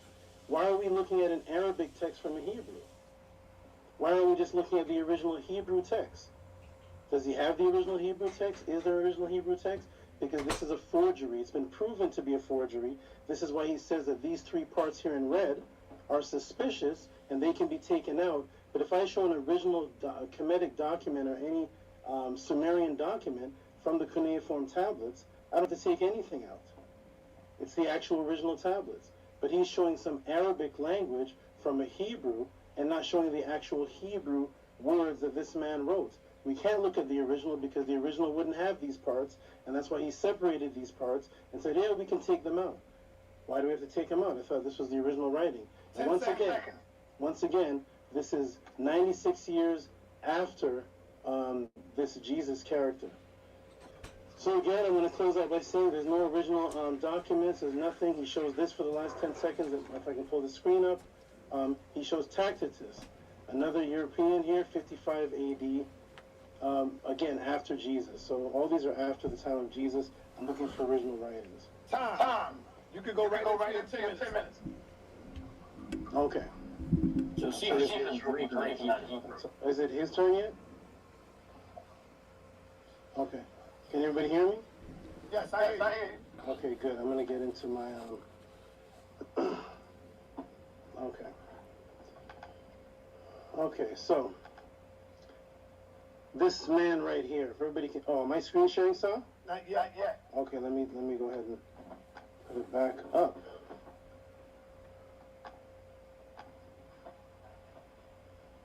I see it. You up and running. I'm up and running? Okay. 10 minutes will start when you're ready. Okay, we can start now. So here we go. Here's the story that we're expected to believe of this of this creature named Jesus. You have from 0 AD to 33 AD, and this is the time period that Jesus is claimed to have existed. You have all of these events taking place where he heals the sick, he resurrects dead people, he walks on water. He does all these amazing things. He resurrects people from graves that they could walk into Jerusalem. He does all of these things, and then from the time he dies, for 40 years, there's complete silence.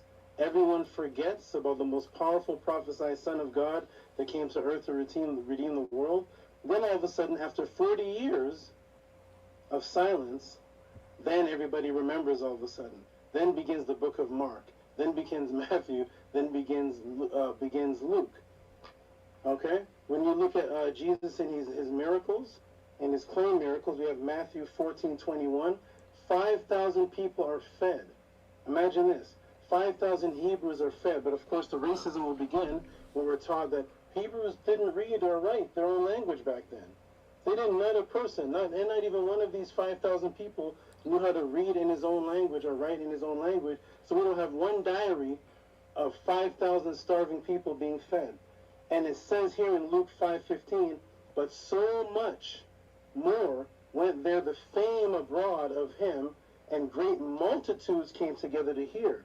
So the fame of Jesus is spreading all abroad, and there's multitudes coming together to hear. But wherever this fame is spreading, nobody's writing about it. Nobody's talking about it.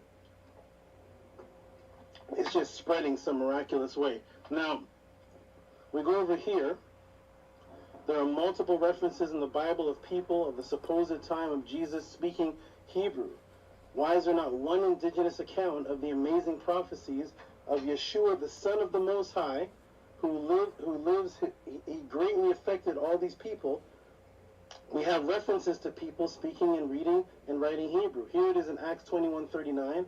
But Paul said, I'm a man which I am Jew of Tarsus, of the city of Silica, citizen of Noamim, the city. I beseech thee, suffer me to speak unto the people in the Hebrew language. It's not showing on the screen, but if you go to that quote, it says the Hebrew language. Here it is right here. Acts 21:40. He spoke unto them in the Hebrew tongue. So there's people speaking and listening in their Hebrew tongue.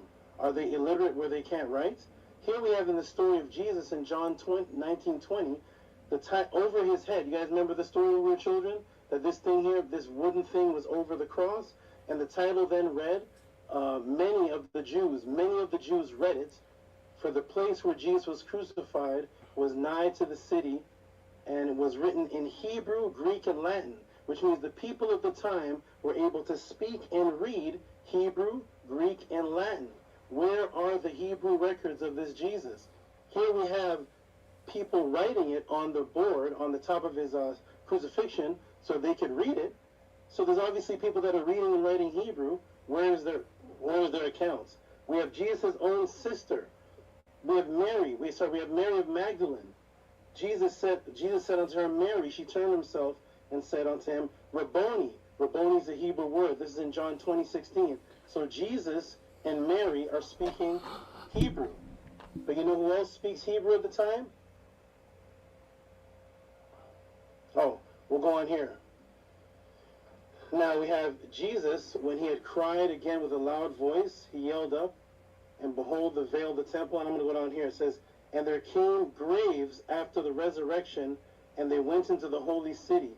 So the graves were open, and many bodies of the saints arose and came out of the graves after the resurrection and went into the city.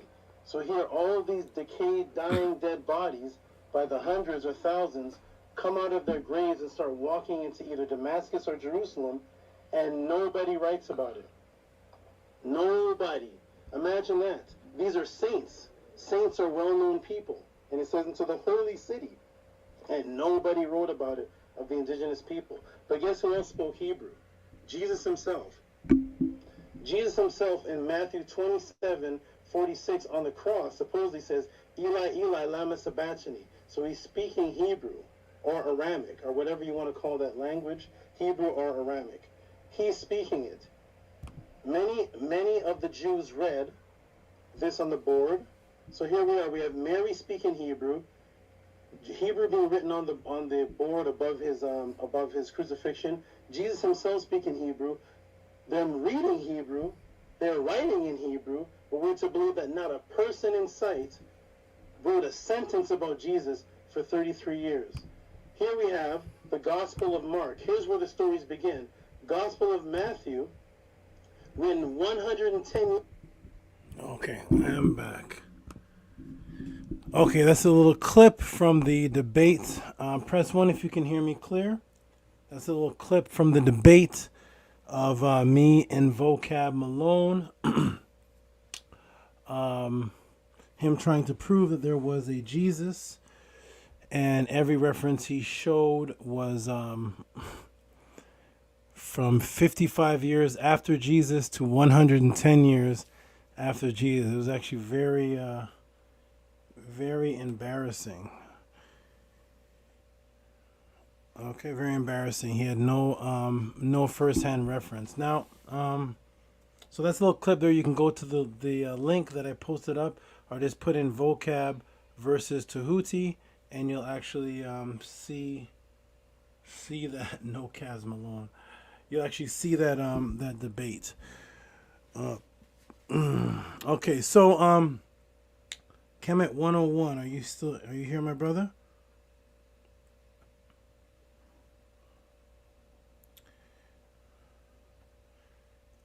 Let me just see if he's still here. I'm going to blow this screen up a little bit.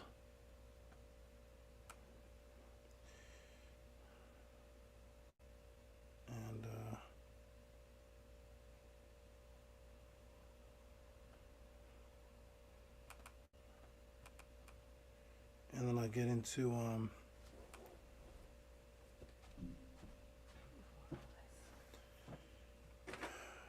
into the question. I'm actually scrolling through to show you guys the book. It's a small 33-page book that you can get from me. It's a PDF. A lot of people in the room, a lot of people have it.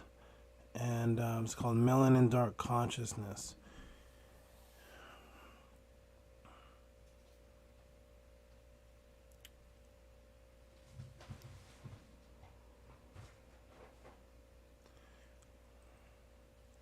And I'm looking for something.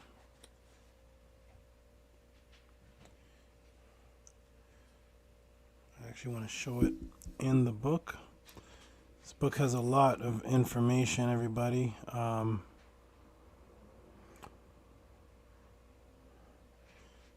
I'm seeing if I can find something here that... There we go.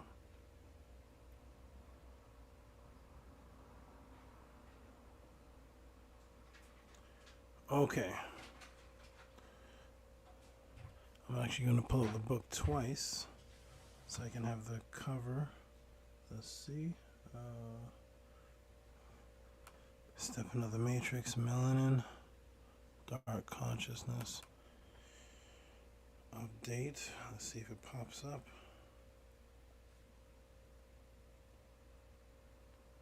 No, that's not it. So 1 second, everyone. Melanin cover. Here it is, the cover. Okay. There we go. Now I can show it on the screen. Okay, I'm back, everyone. So, okay, good. You are here. Brother is here. Dan is here. Dan, do you have my Melanin Dark Consciousness book? I'm not sure. Whether you have it or not, I'm going to show it on the screen and just show an example of what melanin actually does. So, there's a misconception. Okay, I'm in the pod crowd. There's a misconception that melanin is pigmentation, and that's all it is. Actually, the melanin that you see on the surface of your skin is the least amount of melanin in your body. Say it again. So the melanin that you see on the outside of your skin is the small portion of melanin. The actual melanin in large portions are all throughout every organ, all of your limbs. It's actually what's creating the body during the first stages of embryology. We're actually going to go through it. So I'm going to show I'm going to go ahead and do a screen share and give you guys a small taste of the book. And then you guys can inquire about how to obtain the book. And you can get your own copy through email. Okay, so here's the cover of the book, Melanin Dark Consciousness by Amenhotep Ra. That is another one of my names. That's actually the full name, Tehuti Amenhotep Ra. So this is the cover of the book, and you get the PDF. You get the book in a PDF form when you order it, coming straight to your email within 5 minutes or an hour. A few minutes after you send the cash up for the book, you get the book. From that point, it's in a PDF file, so you can easily print it out, take it to a printer if you'd like to have it in a solid copy. I send you the book cover. You can print it out for a few dollars, and I'd say they bind it and print it all together for maybe about $7. Okay, so this is the cover of the book, and we'll go into a section of the book, Melanin Dark Consciousness. And it says here, so now back to the Nitiru and conscious melanin and how it relates to birth and gestation. Melanin, as we have gone over, is conscious self-correcting and sustaining. It is the manifestation of light consciousness that manifests here on earth as the Nitiru, which are symbolized by what looks like 3 number 9s, and how it derives the word nature, which means birth. Thus, as a microcosm or reenactment of reality taking place during birth in the 3 periods which make up the 9 cycle of birth and the 9 months. During pregnancy, melanin works with what I call the triad of embryonic darkness. And now let's get into the science. What happens is during the early stages of the embryo's development, the ectoderm splits into 3 regions. And those 3 regions are prospective neural tube, the prospective neural crest, and the epidermis. So we see that the pregnancy stages and the melanin stages are divided into sets of 3s, which is why they call pregnancy trimester, coming from the word 3, really coming from the word tree. Right? Tree and 3 is the exact same word in its etymological root, and it represents birth. And 3 sets of 3 represents 9, which are the months of birth. And during the embryo's development, the ectoderm splits into 3 regions, and these 3 regions work with melanin to actually create the body itself. So can melanin heal the body? Melanin is actually what creates the body in a healed state. And once the body goes back to 0-point field energy of its created state, the frequency takes it back to a healed state, because your body was healed and perfect before the damage was done. So let's go into it. So melanin at this point becomes the creator and sustainer of life. So melanin is not just the color of your skin. No.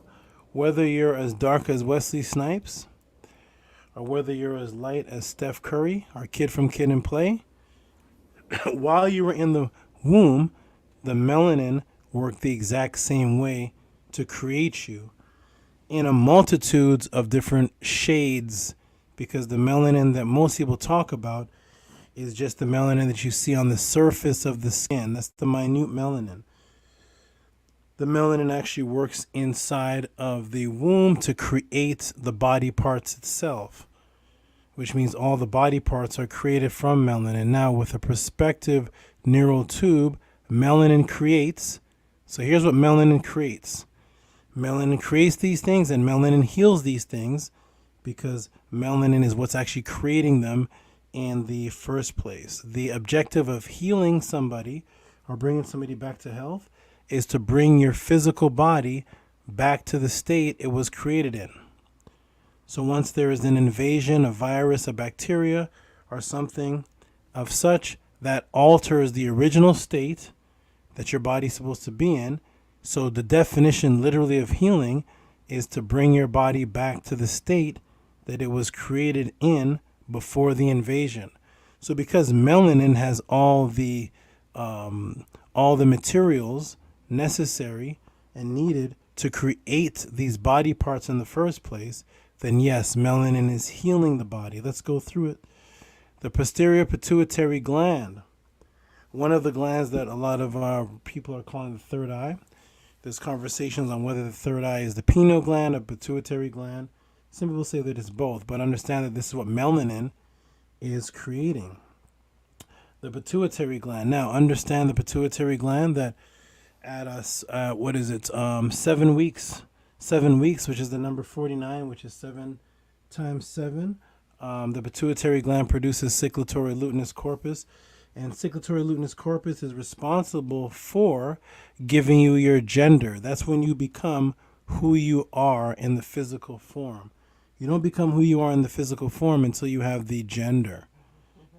Okay, and that's what melanin is creating. It creates the pituitary gland, which is helping cyclotory luteus corpus create your gender at the 7 times 7, which is the exact same time that Buddhist monks say reincarnation occurs, at the time that the gender occurs. So the pituitary gland itself is created by melanin. The brain, your whole brain, melanin is being used to create your brain. Those are your thoughts, your bodily functions. Your brain is also part of what's healing you in the first place. The brain can send out neuronic messages to body parts that can cause those body parts to heal. It's one of the reasons why you feel pain. Pain is a warning to your brain that the thing that's happening to the physical body should stop or it will need healing. What you'll notice also is that they'll say that melanin produces what color skin? They'll say brown, right? And if you are really, really dark, they say you have a lot of melanin, right? Like Wesley Snipes. Well, what's one of the first things that happens to you after you get a cut? Melanin starts to gather to that area, and you notice that that area that you were cut in always becomes darker. Your skin is actually left a little bit darker than what it was in that area before it was damaged. It's actually melanin that's helping heal and bring your body back together, because it's what created the brain, the optic vesicles. That's how you can see.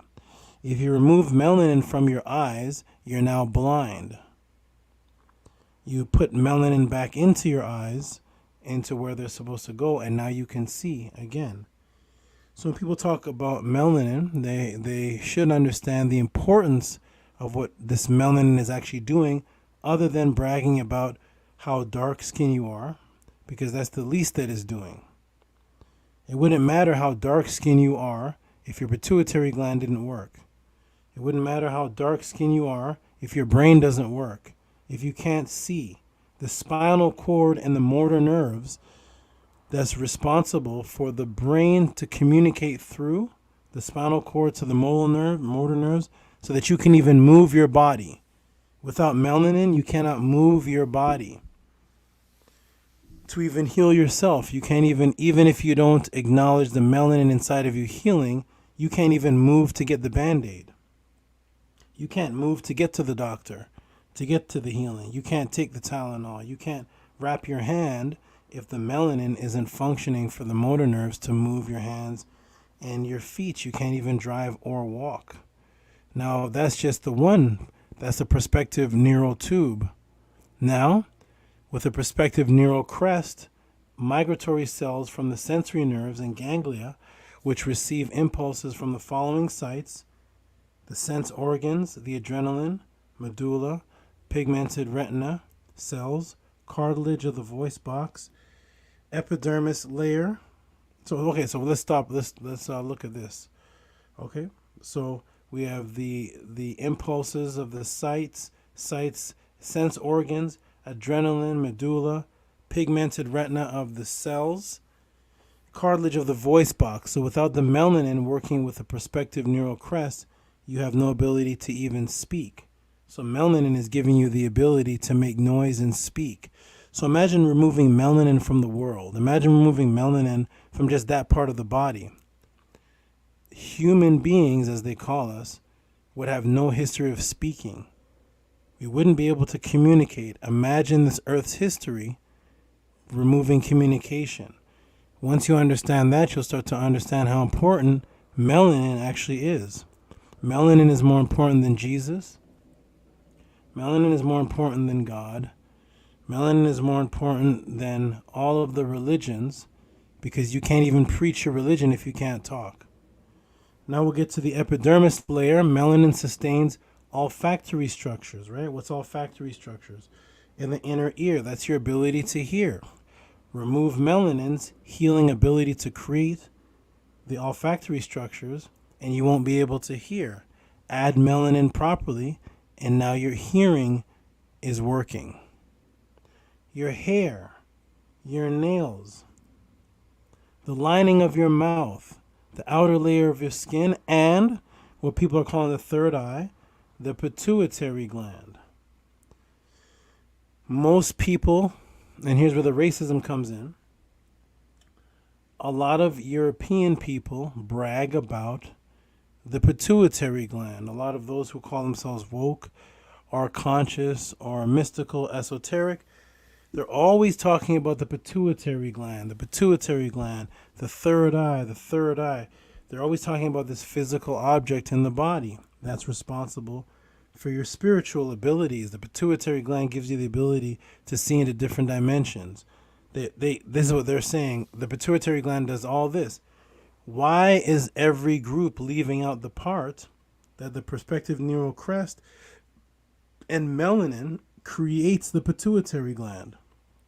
So without melanin, you don't have a pituitary gland to have a third eye. So melanin is more important than the pituitary gland. It's what creates it. It's what creates your hair, nails. You remove the melanin.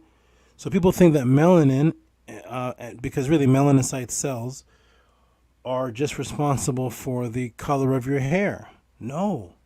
Those are the melanocyte cells, yes. Melanin is responsible for you having hair in the first place. You don't have hair without melanin. Imagine living your life without nails, without the lining of the mouth and the pituitary gland. Melanin is a light molecule that creates all life. It is the creator, manifests on the physical plane in its original state. It would be considered protomelanin in its early stage of light. In its physical form, it is the organizer of life. It's drawn to the function of creation, as were the Nitiru and all God forms discussed within organized religions. Christians always say to me, you know how I know there's a God? I say, how? They say, because he wakes me up in the morning. Who wakes you up in the morning? Well, I say, if that's what makes you God, then melanin is God, because what most people don't know is that it is not God that wakes you up in the morning, it's actually melatonin. And I'm not saying that melatonin is melanin, but if they're saying that what wakes you up in the morning is God, it's actually melatonin that wakes you up. It's melatonin that puts you to sleep. When you understand these bodily functions, you'll be more appreciative of your health as opposed to unseen God in a Bible. So it's more important to know about melatonin and melanin than it is to know about Jesus Christ and God, because these are the things that are actually causing your body to function. So to answer the brother's question, we'll shrink that down, and I'm letting you guys see what's in the book. Even though this book is called Melanin Dark Consciousness, look at all the information that's within this book that deals with things even outside of melanin, and deals with sound, light, creation, energy. It's a very powerful book. It deals with the principles of Tehuti that became the Greek principles, the 9 axioms of Tehuti. It explains how they made the new Tehuti, this gay man, this man here. But let me go up to this. Yeah, so this is the cover of the book. It is Melanin, Dark Consciousness. It is available. So KEMET 101 or anyone else, just contact me, ask me how to obtain it, and you can read what I just read in the book and a lot more. Understand that information that I gave you that's in this book isn't, that particular section is in other books that deal with melanin. I think there's a brother named Owen, I forgot his last name, but he has another one called The Science of Melanin, because this information is actually coming from, it's actually photocopied from scientific research papers and doctors' papers that all know that this is what melanin does. So people that study the anatomy will give you the exact word for word. The thing I just read, they will give you that because that's in their anatomy books as to what melanin does and the 3 stages and the neural test, neural tube, and epidermal. This is what the people that study anatomy are learning. So you'll find that little bit of information in a few books that discuss melanin. Okay, so KEMET 101, let me take it off screen share. KEMET 101, thank you for your question. And yes, you can obtain that book, get much more information than what I just read. But to the answer to the question is absolutely, melanin is the healer, because melanin is actually what's creating the body parts. So I do a practice with my goddesses and with some other people, and I use a particular wand. I bring the cells back to 0-point field energy. I've cured back pains, gout, and other type of physical ailments and pain inside the body. It's very good for pain inside the body. And what's happening is the 0-point field energy helps your cells remember their original state of being, so it helps them go back. There's a particular ritual and practice that I do with it, but when the cells go back, they go back to a point where there was no back pain. It works for things like that. I know a lot of people are going to ask me, hey, can it work for COVID? Can it work for the Delta variant? Can it work for, and actually, no. No, the 0-point field energy doesn't work with those because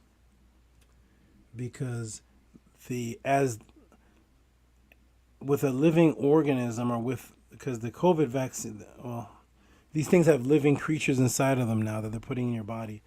But these living things that are attacking you, because they're there attacking again, even if you take the cell back to 0-point field energy as it's going back, the virus and the thing is still there going back into it. So it's like this, as opposed to, say, a back pain or something that's not being caused by a living physical entity. It's being caused by a damage. So when you take that part and bring it back to 0-point field energy, and as long as you take care of your back and don't strain it, then the pain goes away. But when it comes to things like a virus or something inside of your body that is going to be there attacking, no, it's not going to work for COVID and Omicron. And but the point of the matter is that once the cells go back to 0-point field energy and go back to the original state, that is the process of the healing. So yes, melanin does that, because melanin is what created it. So thanks for your question. That is the answer to that question. Yes, melanin does heal. Thank you. Let me check the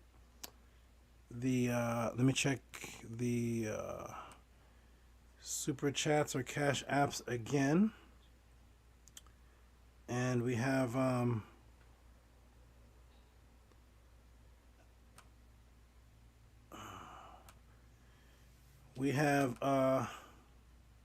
thank you from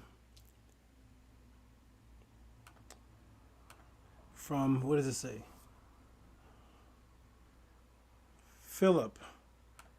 Thank you from Philip Hernandez. And thank you, everybody. Also, I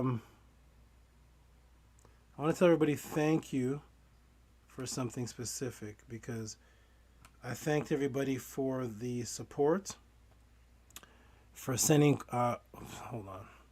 sending the Cash App questions, but also I want to say that some of these Cash Apps.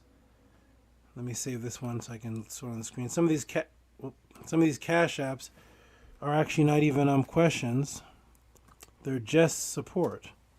So I want to thank people for that, because I do appreciate that that they're sending questions saying thank you for what I'm teaching, and they're not even sending a question with it. They're just sending support, and thank you guys for that. I'm going to put this. This is from Philip. Where is it? And Philip. Where is it? Here it is. And thank you, Philip. Philip with the $10. Thank you very much, Philip, whoever and wherever you are. I know your name in the Cash App may not be the same as the one on the screen. Also, for those sending me Cash App supports, and there's no question involved, even if there isn't question involved, put your name, put the name that shows in the chat. So when I give the shout out, people know that it's the same person, because your name could be Philip in the chat. Your name could be Philip in the Cash App, but in the chat you're like Ma'at Septepen Ra, and people don't know that it's you. I really want people to know, who's giving the support, because I want to give you your respect and appreciation for the reciprocity, because I do appreciate it. The little support, little as in, when I say little as in, TD Jakes. TD Jakes can get up on the stage, amen, hallelujah, he's with you, Jesus, and do that for 2 hours and leave with $40,000 in donations. I just want everybody to know that. He can give you no information at all. He could just say, Jesus, he's with you. He loves you. He's with you tonight. Yeah. And it's 40. He can average $30,000 in donations. So I say little compared to that, because I know that people's brains are attracted to donate and support the foolishness more. And, we've definitely in our lives have bought more Doritos and donuts than we have broccoli, right? So there's something within us that likes to support the nonsense over true information. It takes me hours and hours to get some of these answers and to double check reference and such. So I appreciate the reciprocity, because I could just be out here scamming and just saying, yeah, the Natiru love ya. Yeah, Tehuti and Osiris is going to be with you tonight. And say fake things like that, and it feels good, and people send me thousands. But I'd rather just, speak the truth. And I thank you all for the support. And as long as that's happening, I will do my best to give the highest quality of information without any of my personal, without any personal emotions going off track. Stay right on the point. Stay right on the facts. Fact. Information, research. Give you all something to look at. Boom. On to the next question. And move like that. And I also want other people to be the same, because I get emails. I even got one today of a brother saying he wants to be a teacher. And that's the I'm seeing. That's the point. That's the point of all of this, is you want to be able to teach. It's no good having all this information and you're just sitting on a mountain by yourself. You want to be able to help others with it. So I'm trying to teach people to be teachers, to be able to express the information, give it factually, and help the new people that have no idea what's going on. They're just walking in ignorance. So thank you, Philip. Thank you for that. Let me get back and see if there's more. We have Quinn Clark. Quinn Clark.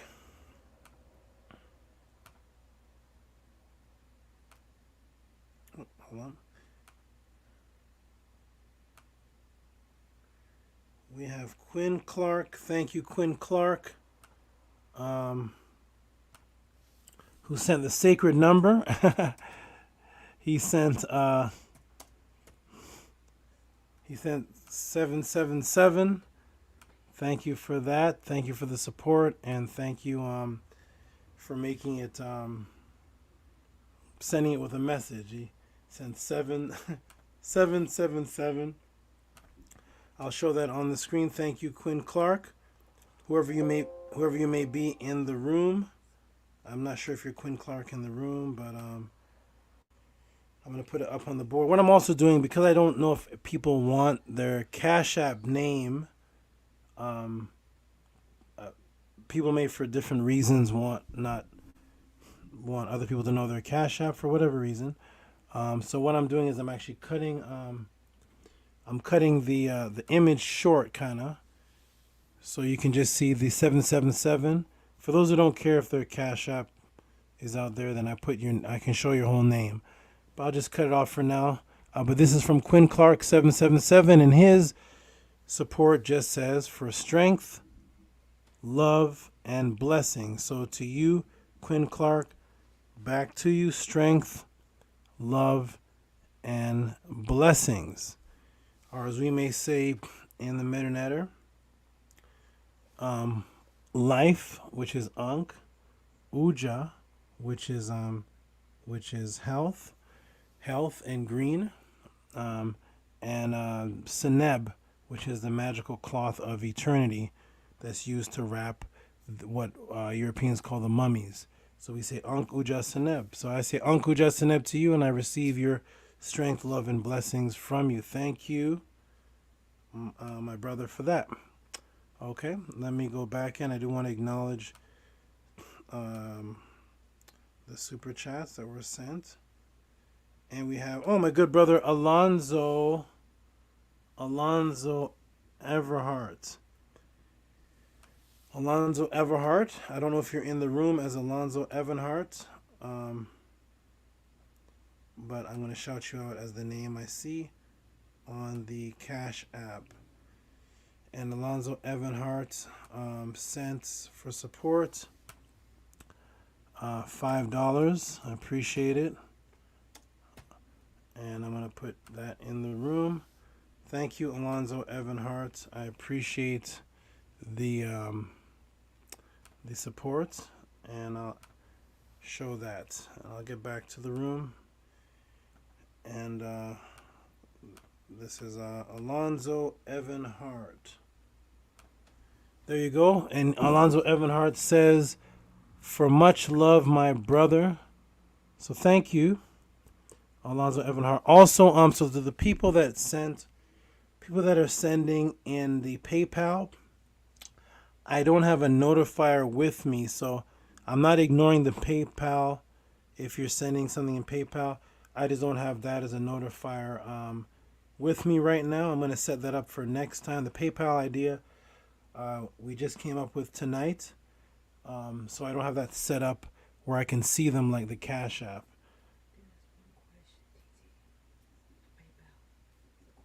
Oh, okay. Message me that.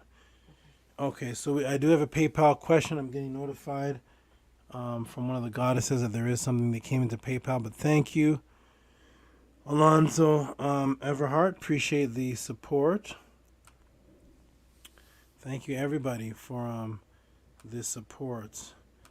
There's a PayPal that we're trying to yes, I got it now. Okay. Yes, I can. Thank you. So I can see. Oh, Nick Reed. Why does that sound so familiar? Nick Reed. I think Nick Reed. I think I talked to Nick Reed today.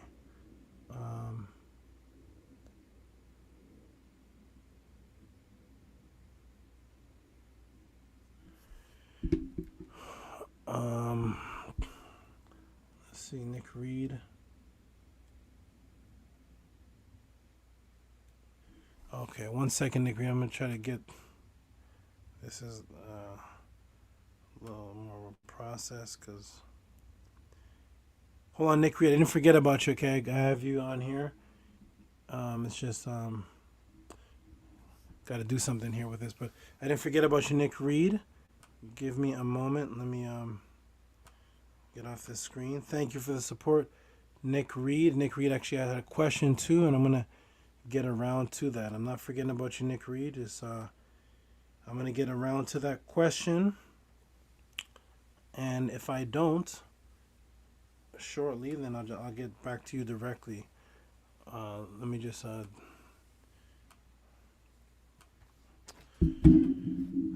something here. Who else?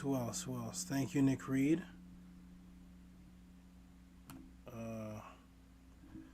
Let me see if I can get you on the screen, because this one is like a screenshot. There we go. Nick Reed. Thank you. Okay, I think I can do the same thing. I'll go like this.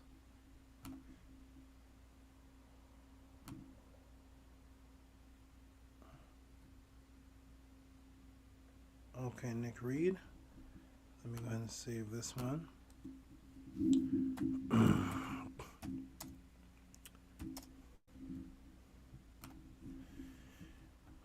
Okay, let me get back to the screen, and let me go here and see if I can do the same thing with the PayPal that I did with the Cash App. And Nick Reed, if you're in the room, just type something so I can know that you're there.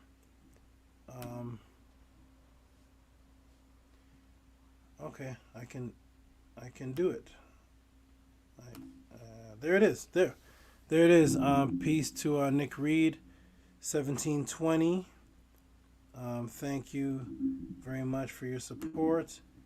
And he's asking about a polar shift in KEMET. Let me go back to the comments and see if Nick is in the room. Nick Reed, if you're in the room, just type something.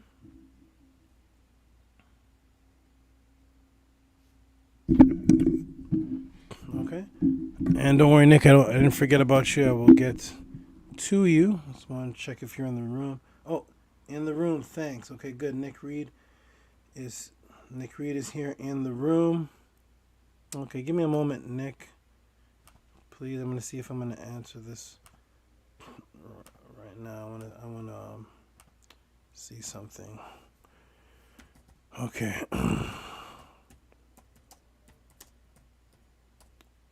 I want to be able to. Whoops.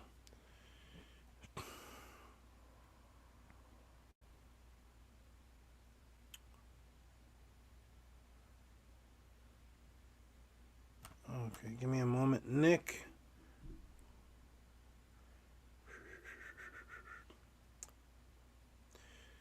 Actually, give me a moment, everyone. I'm going to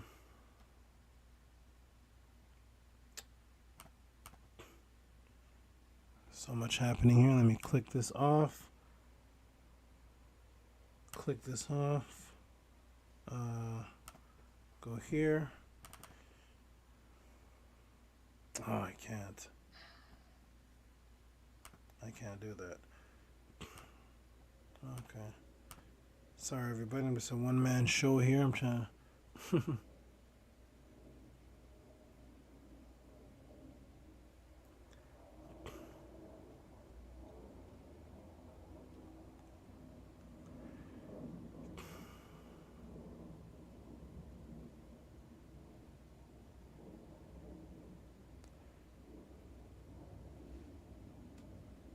Okay, 1 second.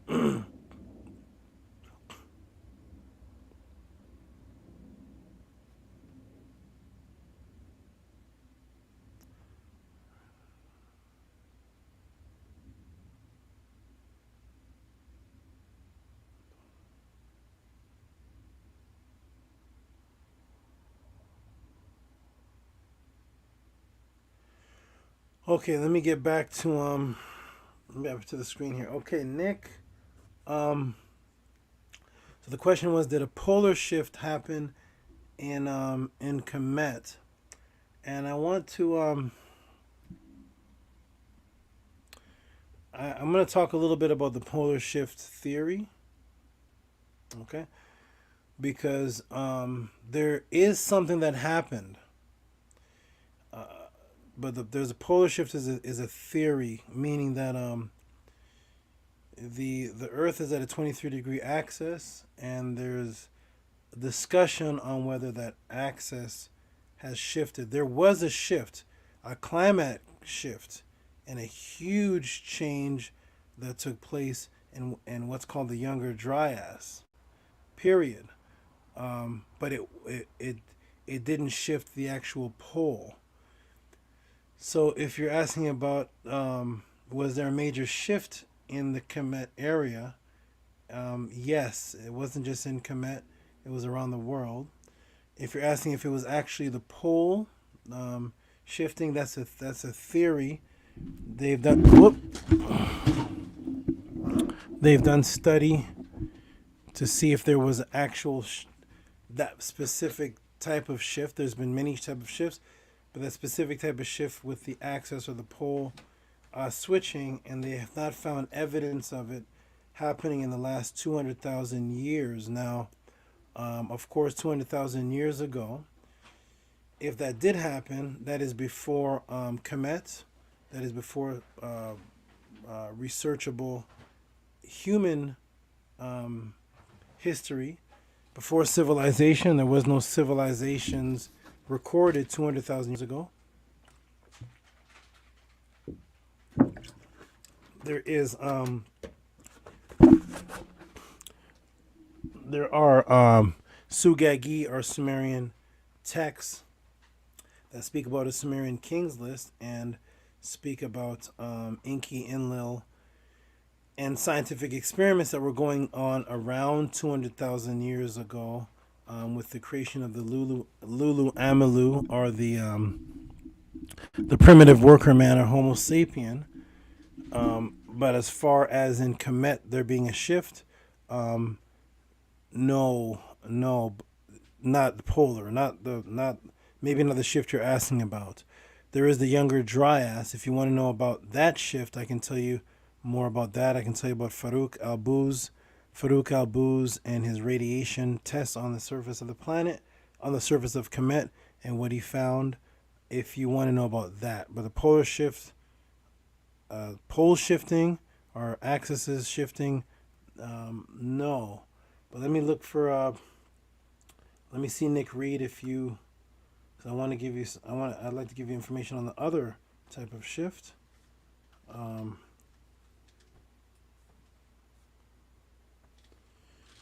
So,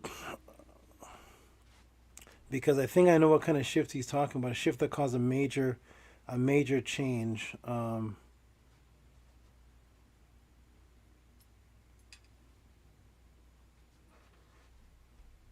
Okay, so yeah, James put this, and yes, something like this, but I don't think this is what's being asked. But yes, 2004, there was a 9.1 quake that shifted the Earth's axis by 2.3 millarc seconds.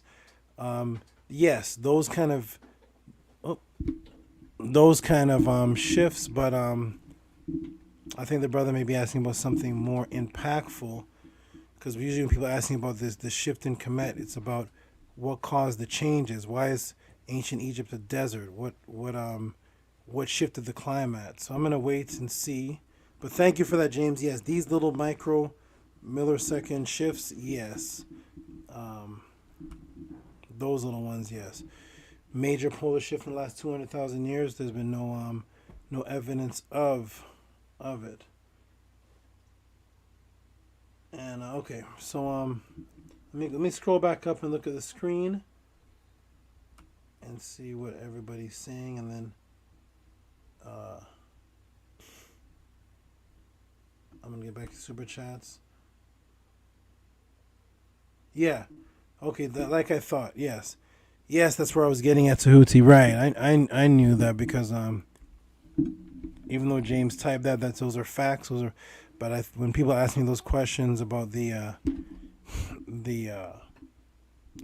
shifts, yeah, I know they're talking about the bigger scale ones. So yes, Nick Reed, we can get into that. I'll give you some information on that. Okay. Peace to everybody in the room and all the new people that came into the room. And peace to everybody that's sending support and Cash Apps and PayPals. Thank you so much, everyone. Give me a moment.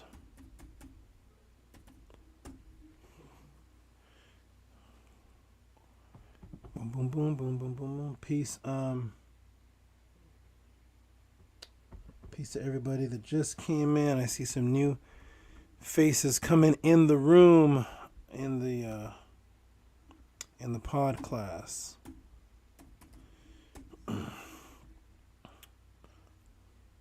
And once again, for those who just came into the room, into the pod class, I want you to know that again, none of these questions that I'm getting are pre-sent to me. I have no pre-written answers from knowing that the question is going to be of such.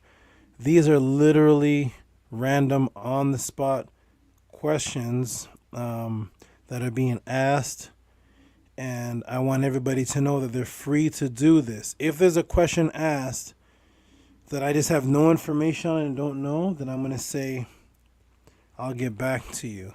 But this is the kind of test that's good to put people through, because it keeps people talking about information. If you keep sending these kind of questions in, you can gauge and see if the teacher or the person that you're talking to is more interested in talking about other people, or if they actually have the answer to the question. So I appreciate this because it keeps me sharp. So I had no idea that Nick was going to ask me about shifts going on, but he did. So let me just let me see something here. Let me get on the screen.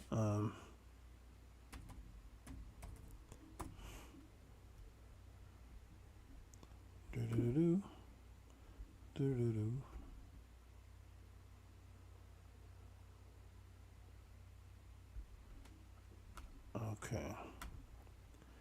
Let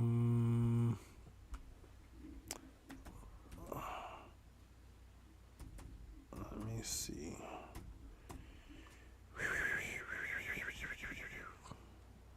Interesting. Oh, let's try this. There we go. Nice. 42. Okay, wonderful. And peace to everyone that came in the room. I'm just getting some things on the screen for the brother Nick, because I like to answer questions by showing things, showing facts. I'm not just talking from the top of my head, but actually showing facts with it. So I'm actually pulling up some of my work that should help with this answer here.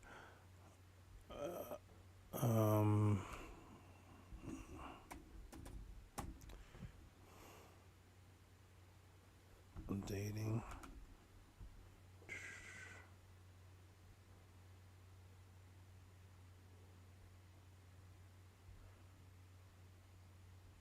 Zeptepi.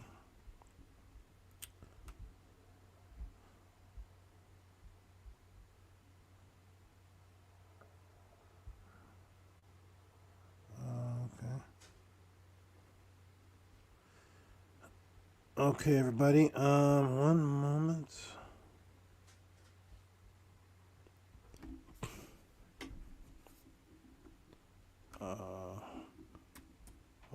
what's it called? Radio.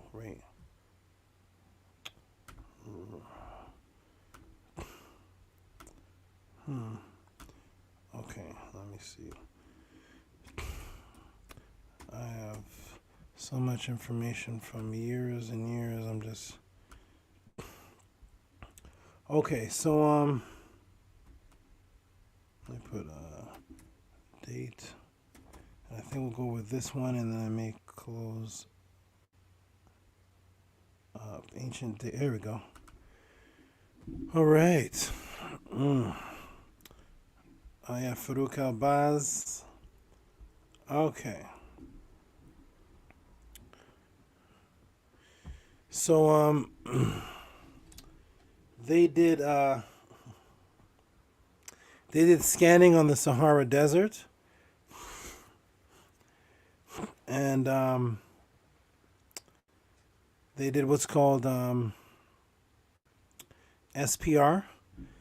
SPR are soil penetrating radars on the Space Shuttle Columbia, and they traced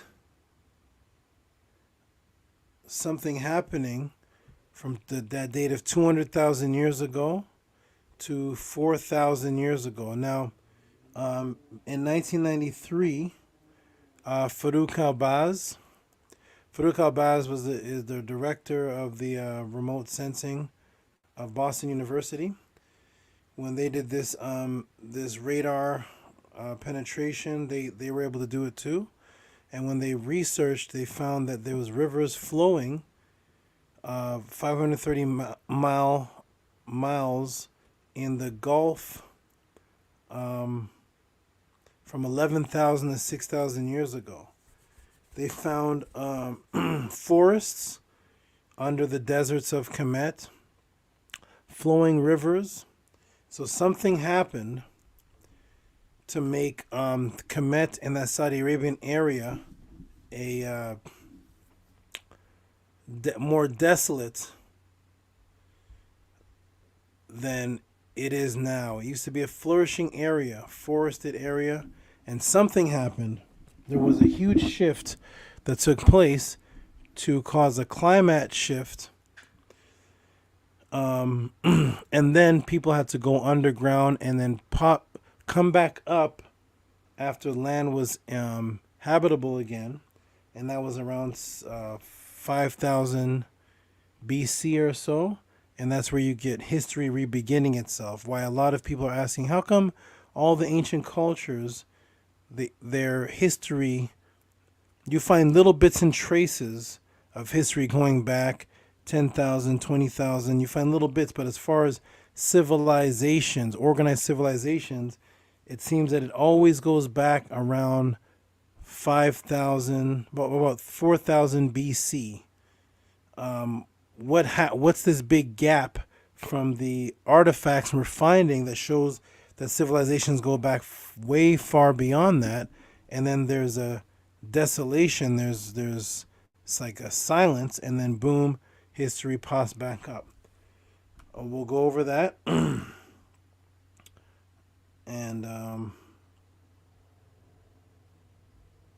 we'll go over that to see, because it's important to know this, because it helps you understand how history comes into play and how these ancient cultures came into play, and how the Bible actually doesn't match any of this.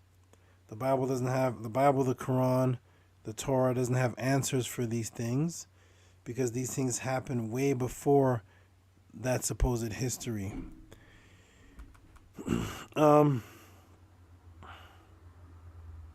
So there. Oh, let me put on screen share.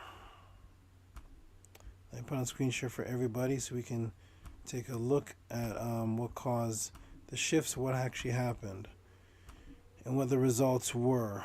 I should be screen sharing. I should be screen sharing now. Okay. So this is. I'll go up here. Okay, so these are beautiful swords or knives that were found. And if you look at them closely, you'll see they're kind of greenish. They don't look like regular metal. And that's because King Tut had a dagger. This came out in the Washington Post. King Tut had a dagger made from metal of extraterrestrial origin. Understand, ladies and gentlemen, that extraterrestrial just means something outside of, that's extra to this terrain. It doesn't have to be a living being. It doesn't have to be a gray. It doesn't have to be something in a spacecraft. It could literally be stone. It could literally be anything that's from outside of this Earth's terrain. So when they found these swords or these knives, they found that there was some that were iron, but there was some that were actually coming from meteorite material. This is the article right here. Strongly suggests the blade carried materials of extraterrestrial origin. Confirms that ancient Egyptians attributed great value to meteoric iron for the production of precious objects. So there were meteorites that hit this planet, and the residuals of the meteorites were being used by the ancient people to actually make jewelry and actually make these swords. But I want to go to a specific meteorite event that took place, and that's this one right here. So what are these people doing right here? What's happening right here? Let's take a close look. Let me expand the page and see what they're actually doing. They're doing ice core samples taken from Greenland and Antarctic to show events that Event 1, 12,900 years ago. Event 2, 11,600 years ago. Both showing 400 rise in sea levels and a 50-degree Fahrenheit temperature change.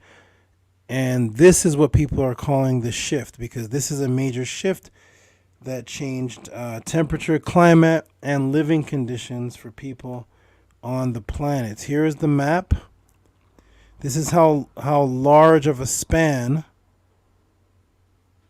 the shift took place. So you can see it's going past KEMET.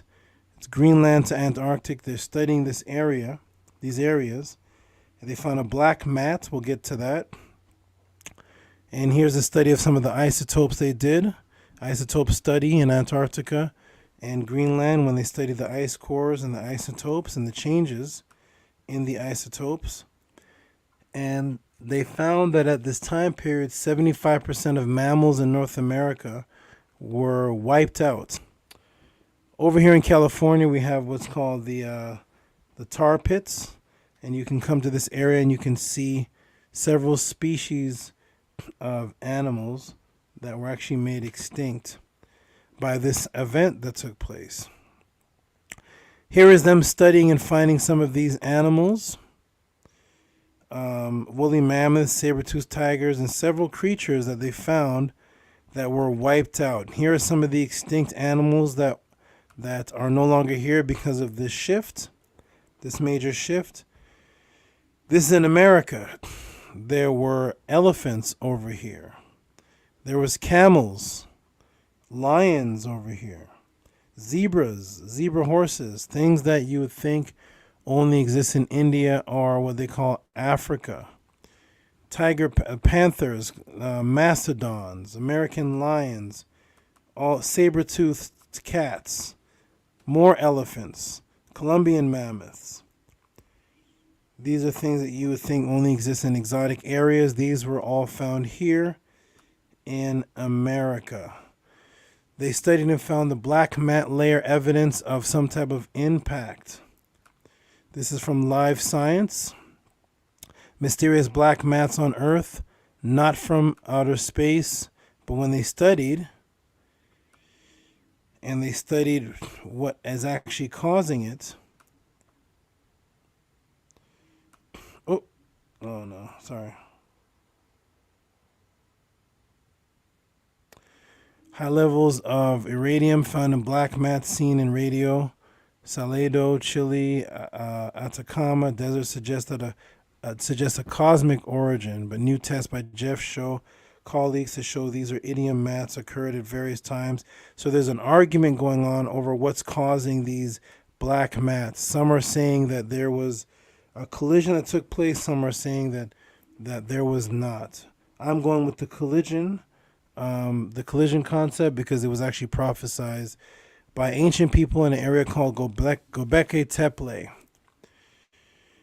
Okay, a giant cosmic collision in Earth, an asteroid or comet, is now the leading culprit behind the mass extinction that ended the Ice Age dinosaurs about 65 million years ago. However, there's much controversy whether a cosmic explosion or something else caused by more recent mass extinction, one that wiped out most of the large animals in North America about 12,900 years ago.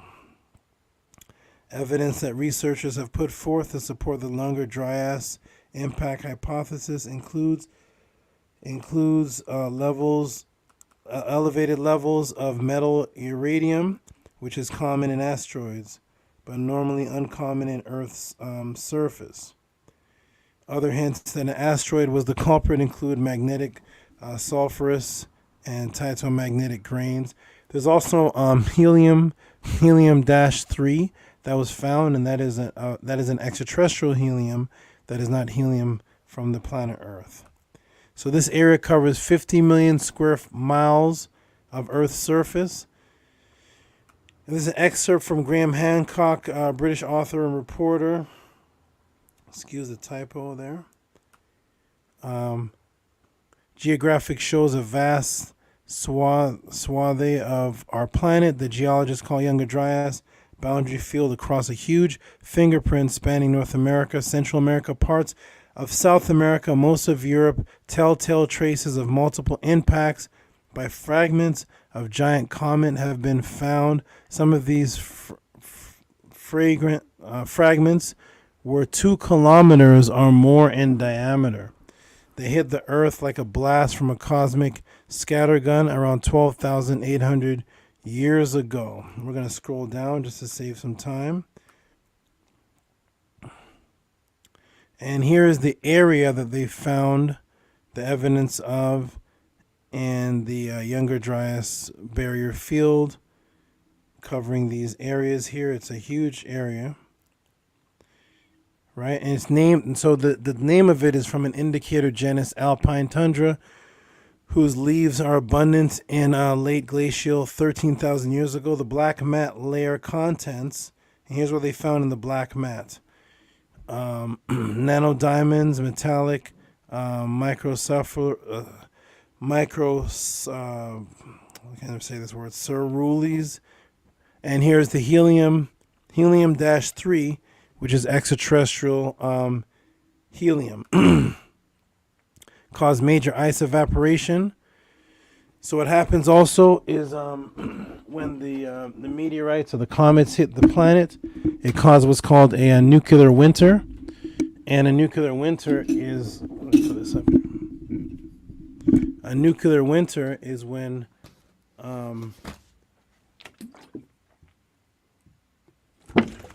there's a huge impact that hits the Earth's surface, and it causes rocks, dirt, and surface materials to be blasted up into the skies, such as if you just take a rock and just throw it at dirt, and you'll see that dirt is going to start coming upwards.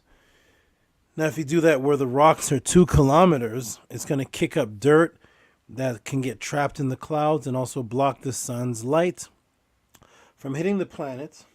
And this is what's going to cause a nuclear winter, and large animals that need more heat than the smaller animals, especially of reptile origin, because reptiles are cold-blooded, they will eventually die off because they're not getting the sun's light that they need to survive, because a lot of reptiles, all reptiles actually don't produce their own heat. They need an external heat, and that's why if you have a reptile, they'll tell you to get a heat lamp or a heat rock. And then, of course, with the sun's light blocked out, things become extremely cold. Once this cold starts to thaw off, then you get heavy rainfalls. Okay, this is what's causing the shift that took place in these areas now. This is an image of the side 14-foot water slits in the side of the Herakuti that they're calling the Sphinx. And these are called fissure marks that were caused by years and years and years and years of rain, something that does not happen in Kemet. Academic Egyptology all agree that this area has been hyper-arid in a desert for 5,000 years. So for 5,000 years it's been hyper-arid, but over here we have finds from Dr. Robert Schock, which shows these huge fissure marks that you can put your arm in.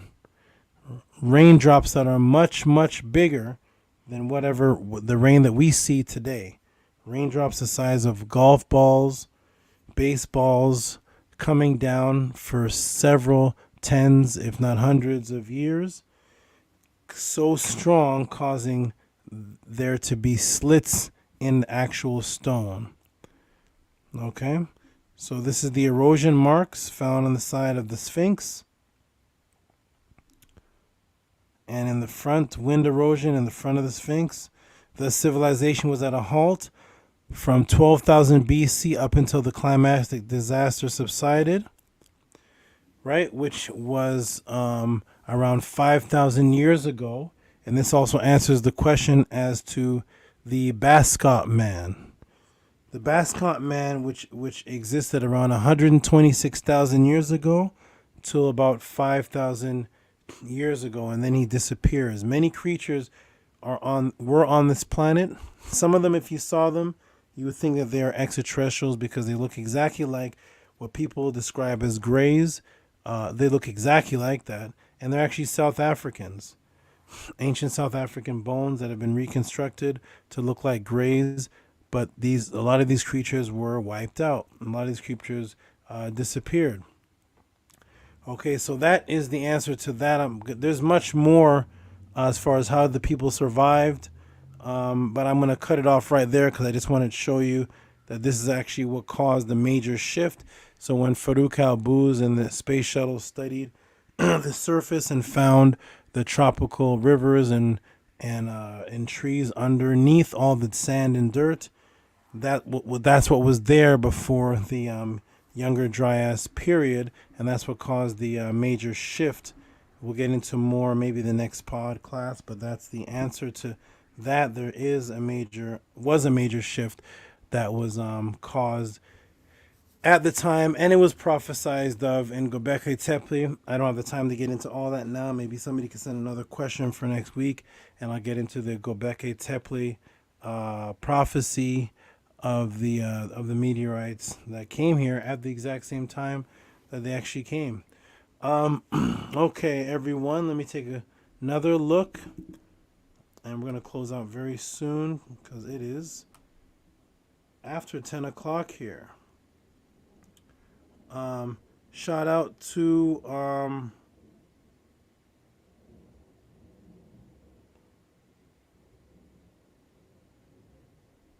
we have okay.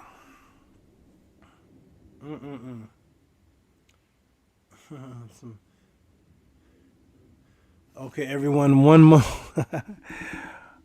moment. I'm deciding what to do with this. Some deep questions that just came in. I may have to deal with them next time. Looks like one came in from Neter Hotep.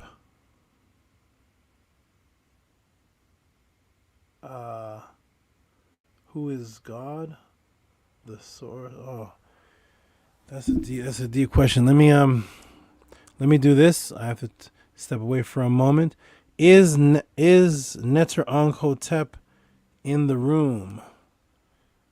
Is he in the room? Whoever Neter Hotep is he here? I have to pause a moment, and I shall be back to decide if I have time to get into to that. Okay. Whoever Neter Hotep is, if you could say, Oh, there he is. Okay. Neter Ankh Hotep L. Okay, Neter Ankh Hotep L. Give me a moment. I will be back. I must take a short break, and I'll put on the rest of that. Not the rest, but I'll put on some more of the debate, so you guys can watch until I come back in about 3 minutes or so. Okay, one moment, everybody, and thank you for your patience. And let me share the screen. Share. And go over here. All right, peace and black power family. As you come in the room, thumb the video up. You already know how we do this. Thumb up the video. This is for you. This is a gift for y'all. So let's do the right thing. Thumb up the video. Okay. We'll go to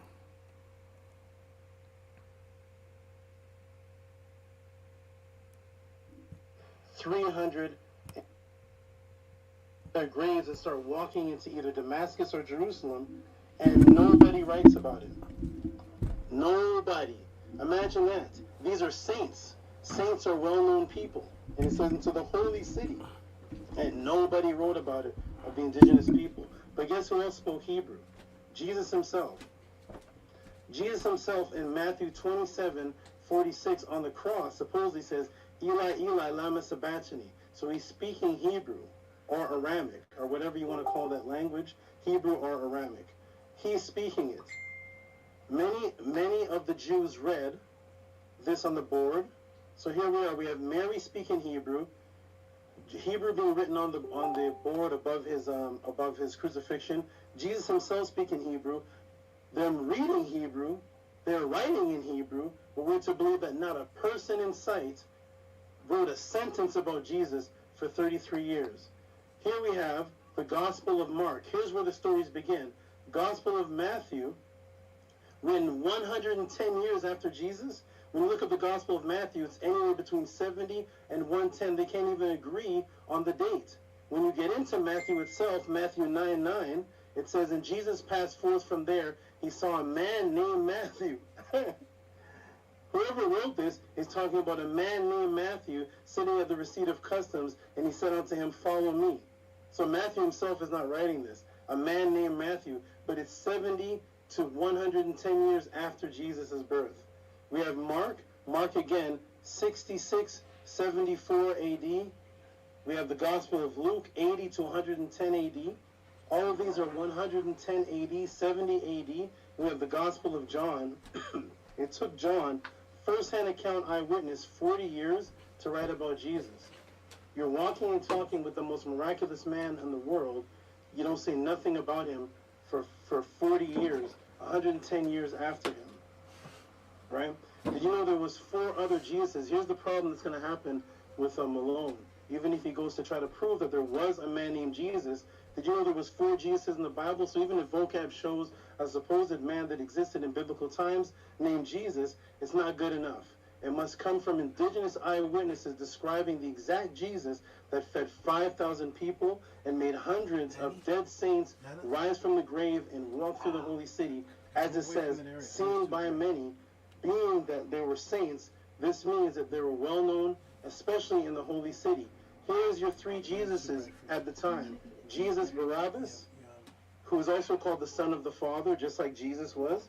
So we have Jesus Barabbas, who existed at the time. We have over here in Colossians 4:10 and 4:11, we're talking about the prisoners and the people. It says, and the fellow workers in the kingdom of God from the circumcision. And there was a man named Jesus Justice. See that? Jesus, who is called Justice. That's not Jesus Christ. Then you have another Jesus here. When they had gone through the Isles of Paphos, they found a certain sorcerer, a false prophet, a Jew by the name of Bar Jesus. So this was one who was a man, this third one. He was a man who was a prophet, ding, ding, ding. So even if people write about a prophet, he was a man that performed miracles. So here's a Jesus that did miracles. 2 minutes. You'll call them false miracles if you don't believe in him. But you'll call them real miracles if you believe in them. Just like any magician. People see David Blaine, they call him a devil. If you believe him, they say he did some miracles or he did magic tricks. He's a Jew and his name was Jesus. So we have three Jesuses in the Bible mentioned as different types of Jesuses. One is called the Son of the Father. One is a Jew who did miracles, and he was a prophet too. And his name was Jesus. So we need indigenous records. I always say my theme is to the people. I'm here to defend the indigenous people. I'm here to defend the indigenous people of any culture. If you're saying something about a culture, I don't want to hear what Greek and Roman writings said about them. I want to hear, if the Aztecs said something about themselves, I want to see what they said about themselves. I don't want to hear what a Greek said. If a Kemetian said something about Osiris, Asar, I want to see it in the meta-netter and then translate it. I don't want to just hear something in the Greek. Right? So here we are again. We do not have any indigenous writings. We need to see an indigenous record of 5,000 men being fed and thousands of men resurrecting out of a grave going into a holy city. We need indigenous writings. We don't want to hear from these Greeks. We do not want to hear from Arabic writings from a Greek writer named Josephus who came after Jesus. Who did Jesus affect while he was alive? We need to see that. That is my rebuttal. That is actually the round, the first round. And the next round we're going to get into where the stories of Jesus were created, which was actually 330 years before Jesus was born. And that was Serapis. We're going to get into the Ptolemies. We're going to get into where Jesus actually came from before there was a Jesus. Peace. All right, family. I told y'all, man. If y'all don't know who Tehuti is, I told you, you will get real acquainted with him. Tehuti is not the pushover. He is definitely a scholar in this thing. And I said VOCAB is going to have his hands full. VOCAB, you got 3 minutes to rebuttal. And then you can go right into your 10 minutes. Just let me know when you're ready. And you got 3 minutes to rebuttal. Okay, I'm back. I'm ready. In that opening statement...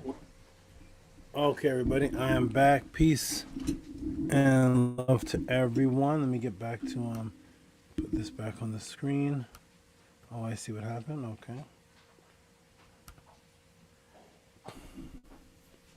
Okay, peace and love to everyone. I am back. Okay, this has been a good night. This has been great. A lot of information and a lot of great questions. Thank you all for these awesome questions. Now, let me get back to this and see what I'm going to do for people too in the chat. Let me go back to the comments. What I'm going to do for people too is because obviously I don't have time to answer every super chat because as you can see, the answers to a lot of questions are lengthy, detailed. It's not just yes or no. It's information being shown. So if for those super chats, I see there's a lot of super chats that were just support. Well, first, there was a lot of super chats that were questions. I answered them, and then in sequence, there was a sets of super chats that came to me that were just support, and then now I'm looking and seeing as I go scroll up that there's a couple super chats that were questions, more questions, and if I don't have time to answer, you have me on record saying that the next Podclass will immediately begin. It will begin with the last super chats that were asked that I didn't have time to answer. Because honestly, if I answer all the super chats, although I want to, I'll be here till 11:30. Do you see my phone? I heard it. Let's see. Oh, it's up there. Can you grab it for me? I'll be here till the past my bedtime. So let me go and see.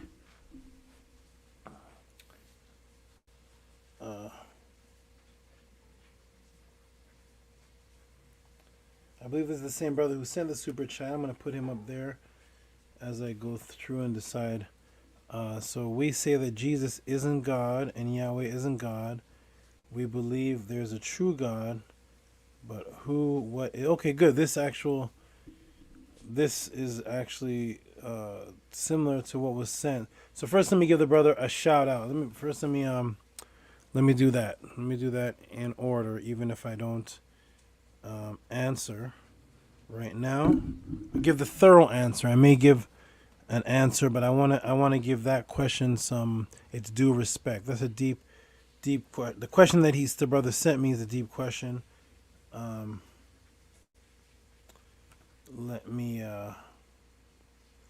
put his question on the screen. And it looks like his Cash App name is the same as the name in the room, so therefore I can put the whole thing in here.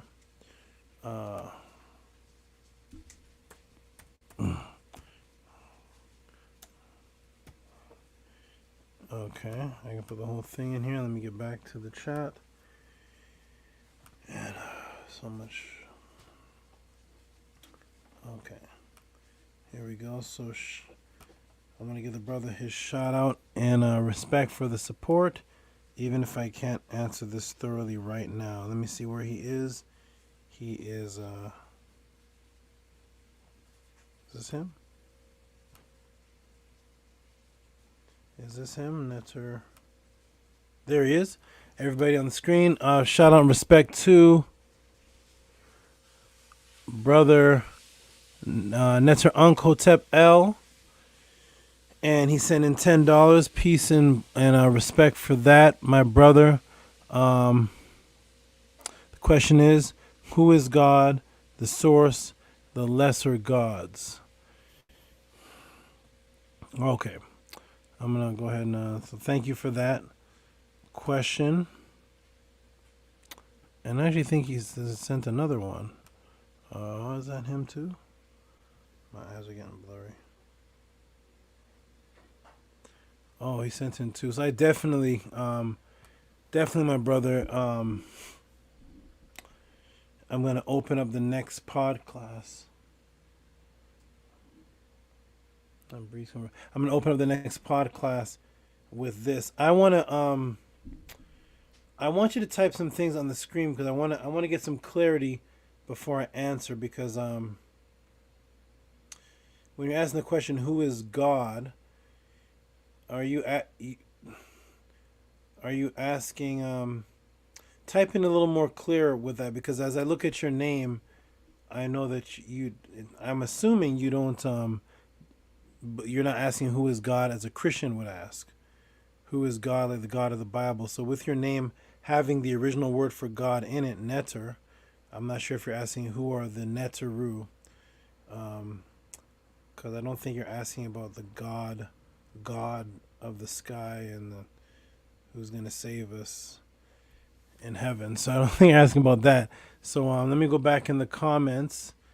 And I'm going to get a clear understanding of the question of which God you're asking about, which concept or the original, if so, and then I'll more likely begin the next Podclass with a thorough breakdown of this. Because when a Muslim asks me this, it's a different answer from when a Christian, and then you look like you study Medunetter. So I'm not sure if you're asking about the Nitiru. But let me get some clarity on that. I'll look in the chat, and then I would love to address this. Okay, peace and shout out to everybody.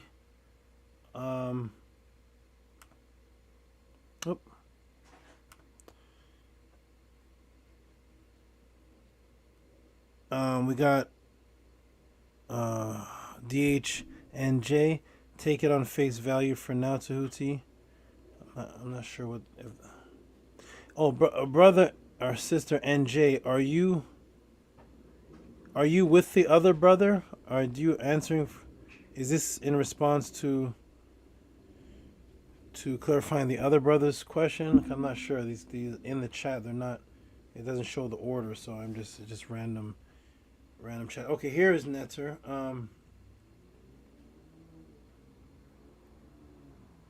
Here is Netter. Here he is. Okay. Let me get this off the screen. Put a cover on that. Thank you. I won't be able to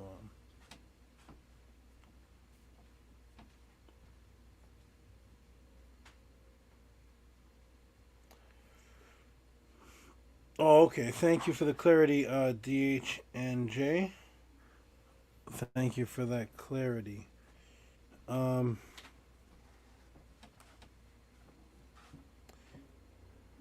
is there a source one all?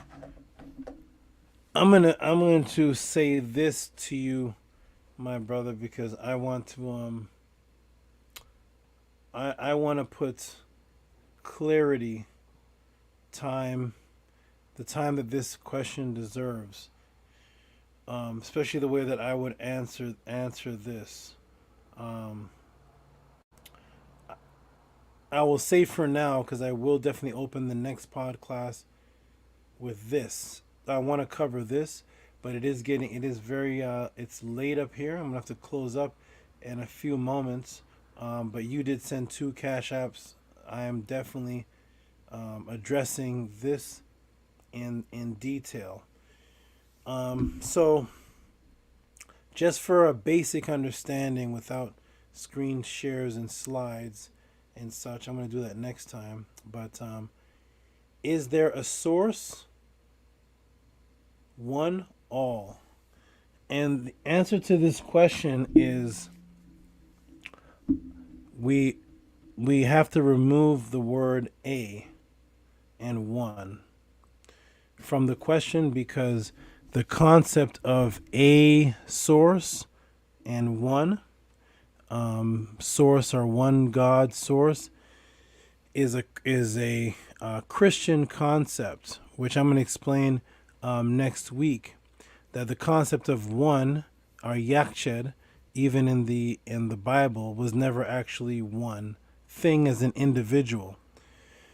There are sources of creation from which everything came from, but they can't be numbered as an individual or numbered in sets of numbers, because our comprehension of what one is different from quantum.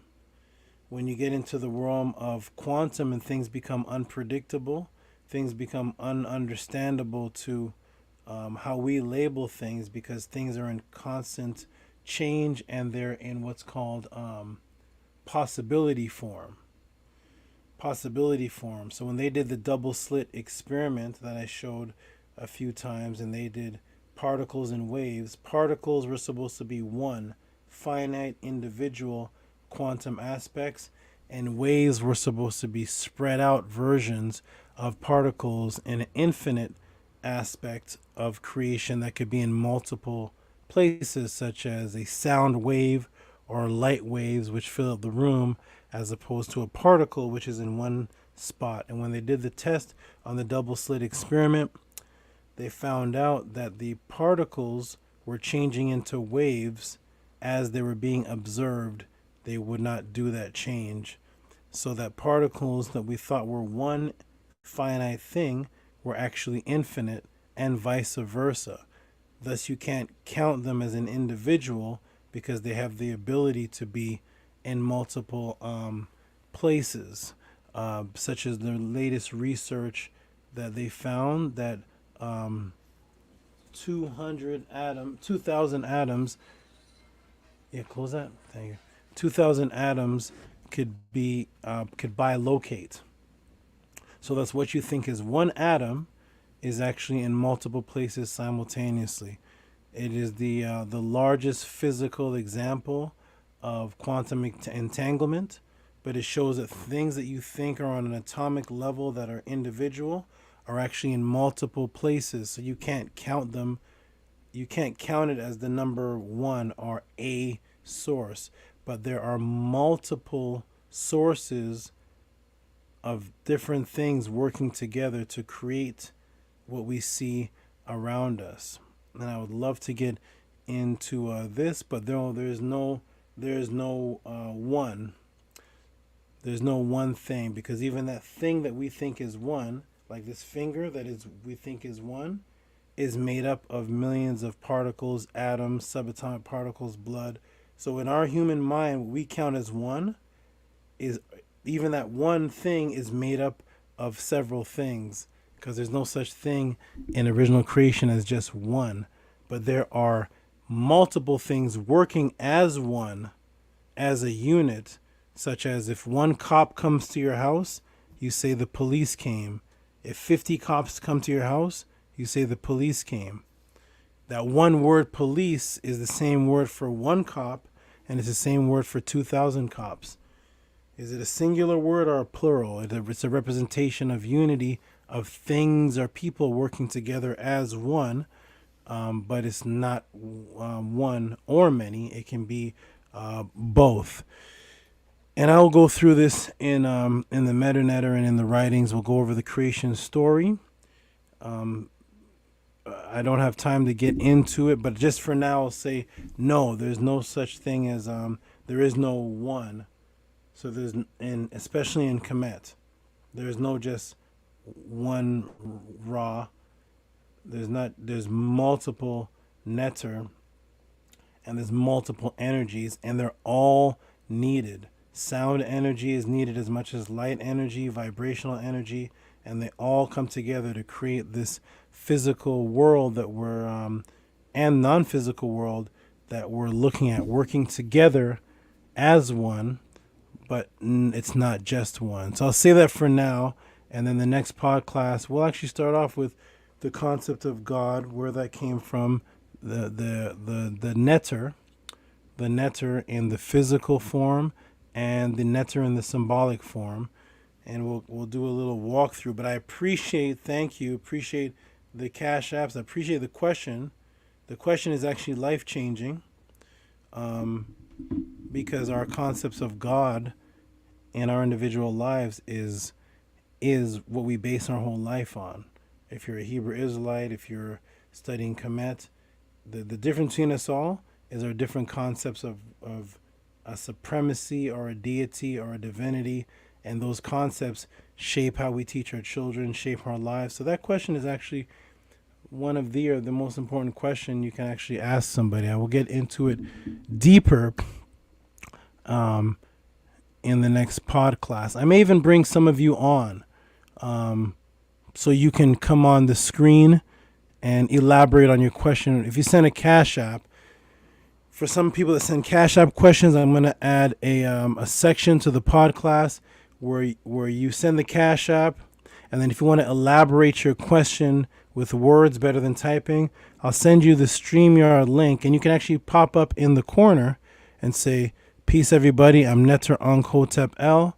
My question and understanding is," and I'll give you 60 seconds, maybe 2 minutes to elaborate, and and people will hear it clearer, because this is deep. Love the questions, everybody. I love it. These questions are great. Thank you, everyone. Thank you, Sonia Reddit, who says, "Nice breakdown." Thank you, everybody. Thank you, everybody who appreciates this, that we can have this time to speak like this without the drama, just the facts. And thank you, Netter. I don't know if you are on Facebook. Everybody who's in the pod class, find me on Facebook. Very easy. Just type in Tehuti Brown. It immediately comes up. And send me a friend request. Say that you're from the pod class. Send me a message. And then some people, you can ask me. You can elaborate more on your question, and I'll have a clearer understanding. Or I can teach you a couple things individually. But definitely send me a friend request, and you can communicate with me directly. I only have a limited time here. I'm trying to have the pod class from 7 o'clock till 10. It's going on 11 now. It's going past time. And we got Brenda Castro saying, "Tua, bro, Tehuti, for your amazing teachings." Thank you, Brenda Castro, for your amazing support. We have, I like this name, I Self-Lord Master. Thank you, Tehuti. I can definitely say I learned tonight. I want to hear more from what this brother says before we close out. Yes, we've messaged through. Okay. Wonderful. We messaged through Facebook before. Wonderful. So you know that I'm available to you, and even though I can't thoroughly answer. There's one question you also sent that I couldn't answer. I don't have time to get into that at all, but I'm always here for you guys. Yeah, it's late. You guys are troopers. 2:00 in the morning.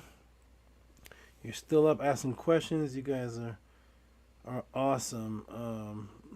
Wow, I'm getting tired and it's almost 11. These guys are up till 2 asking questions. Peace to the mods. Jody and Voltage, love from Switzerland. Oh, this piece to the mods is interesting because I don't know if Jody became a mod back on Killer Priest. Probably on the Killer Priest podcast. Voltage controls a moderator over there. And I think Jody was a moderator over there and is not any longer. But I'm sure they appreciate your respect. And just for clarity, this isn't the Killer Priest podcast. Shout out to Killer Priest podcast. But Voltage is a mod over there, and I think Jody stepped back from being a mod over there. But peace to you, Marion. Peace. Okay, everyone. Let me look up and see. I wanna give acknowledges to a couple more of the Cash Apps. Just to acknowledge, I don't have the time to answer anything else. But I do want to give respect. Okay, thank you. We have Arthur. What's this? Arthur Richardson. Thank you, Arthur Richardson. Okay, we got Arthur Richardson. He sent oh,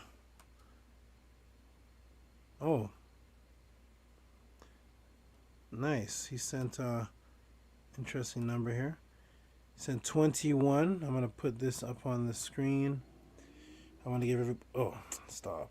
I'm gonna give everybody their due respect for their support.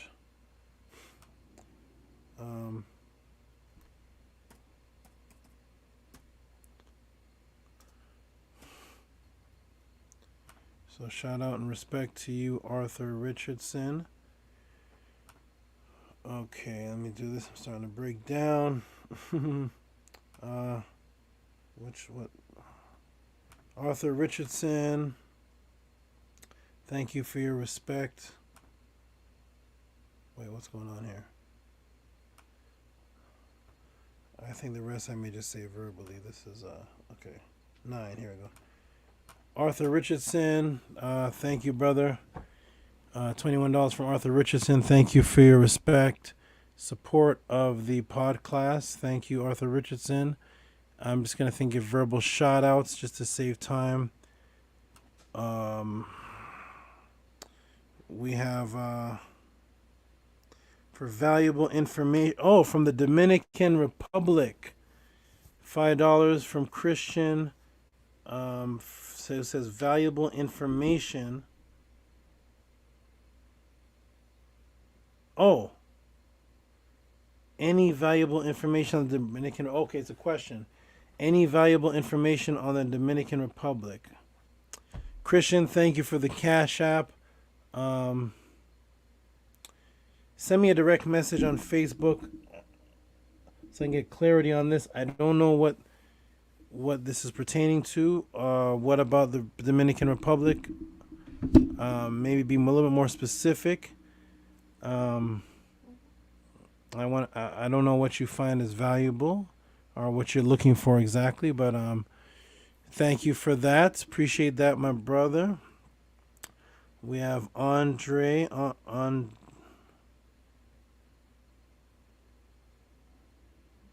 I want to change my name to.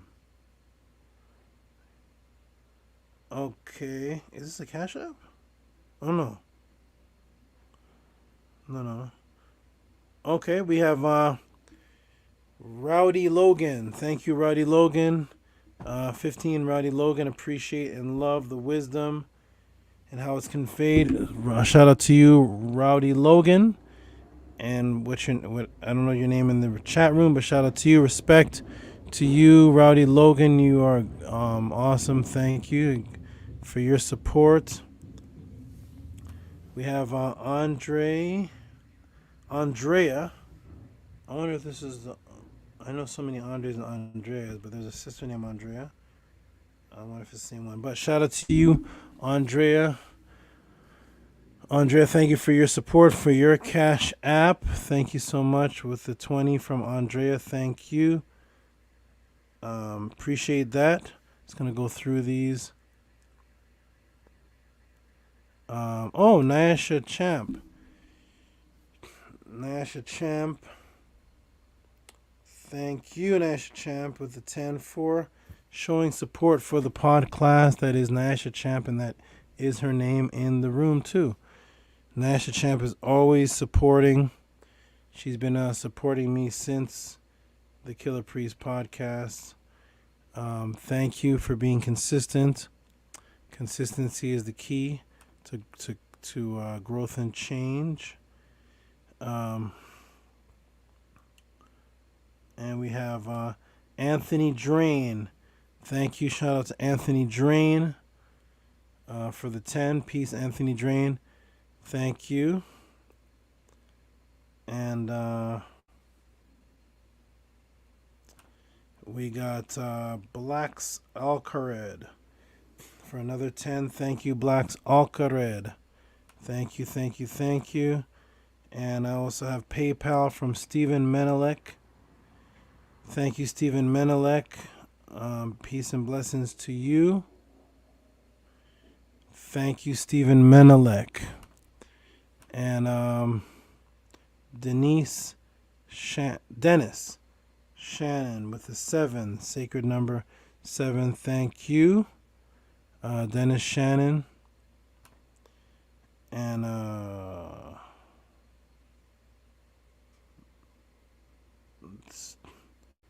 Stephen Sandoval. Steven Sandoval. This one looks kind of strange, but there it is. $7. Thank you. I think that ends it all. Thank you, everyone. Thank you, everyone, for the support. Let me get back to the screen. Thank you, everyone, for the support. Nana, grab me Afu. Thank you, everybody, for the support. This has been a great podcast. Is Voltage is in here? Is that Voltage? AI Vasquez. Oh, he's talking to somebody else. Okay, Voltage. Here, take this back. Put that on the ground. Thank you. Okay, Voltage Controller. Shout out to Voltage Controller. That is a good brother. It all started when there's a music section on Killer Priest podcast that came on. Comes on every night. And Voltage is one of the many people that sent in beats. And when I heard his beat, I immediately said to Killer Priest, I said this should be the consistent beat maker. This should be he should be the one making the compilation beats, and he should be consistent. And then I rapped over one of his beats, and from that point on, he's been making beats for Priest. He's actually he actually made the compilation beat. I actually saw him on earlier today with Killer Priest for Friday Frequency or something. So Killer Priest now has him on the podcast. So I watched his brother come from just one of the 1,000 guys that sends in beats to to now he's like the moderator, the official beat maker. Yeah, he's it's good to see that kind of thing happen. Lives change in front of you.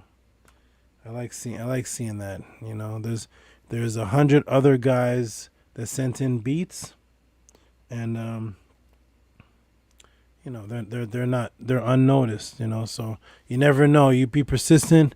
You never know if you could have that story.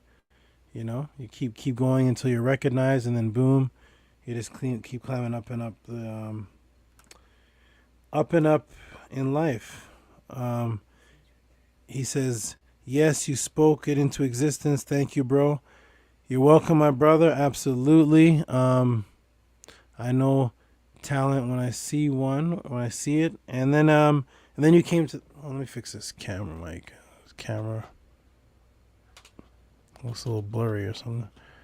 Okay. All right. Oh, thank you.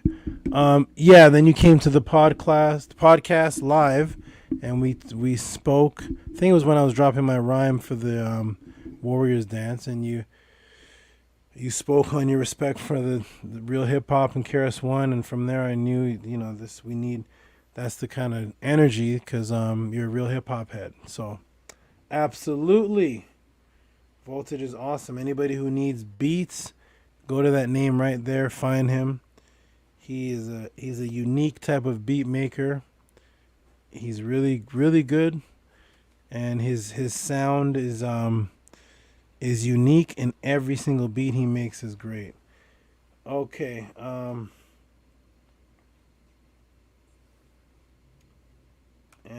we got, my son is gonna send some tracks to KP. Good luck and respect on that. I hope KP likes it. I hope it, you know, you never know. Keep striving, keep sending your things in, and you never know who's gonna recognize you, where you're gonna be in life. I heard Puff Daddy start off as an intern. You just never know, you know, what's going to happen in life. Just keep going. But peace and love. Let me get rid of this. Jody, when they like you, they like you. That sounds like something Jody would say. Peace and love, Jody, and everybody. We're going to close out this beautiful Podclass. Thank you again, everyone, for your support. Spread this, share this. Make sure as many people as you know about the podcast, see the podcast, and support the podcast. Let me you see the sister there pointing up. Support the Podclass right there. And let me go to this. Let everybody know. Put on your Facebook, put on your social medias, put on your Instagram, put it wherever you can. Come every week with questions. Let people know this is the only place you can come to, and just ask questions and get thorough responses without the drama, without talking about people, but just straight, pure knowledge. I love everyone.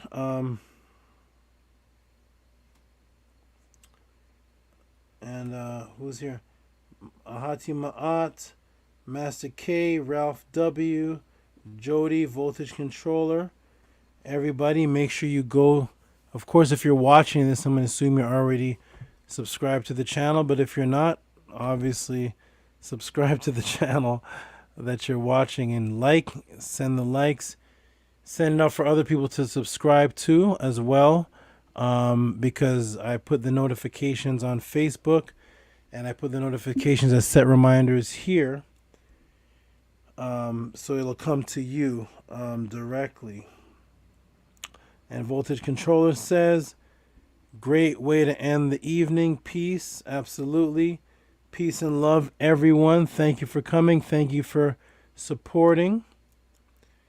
And we are going to close out the podcast with the animated Tehuti logo. Also, everybody look out for me.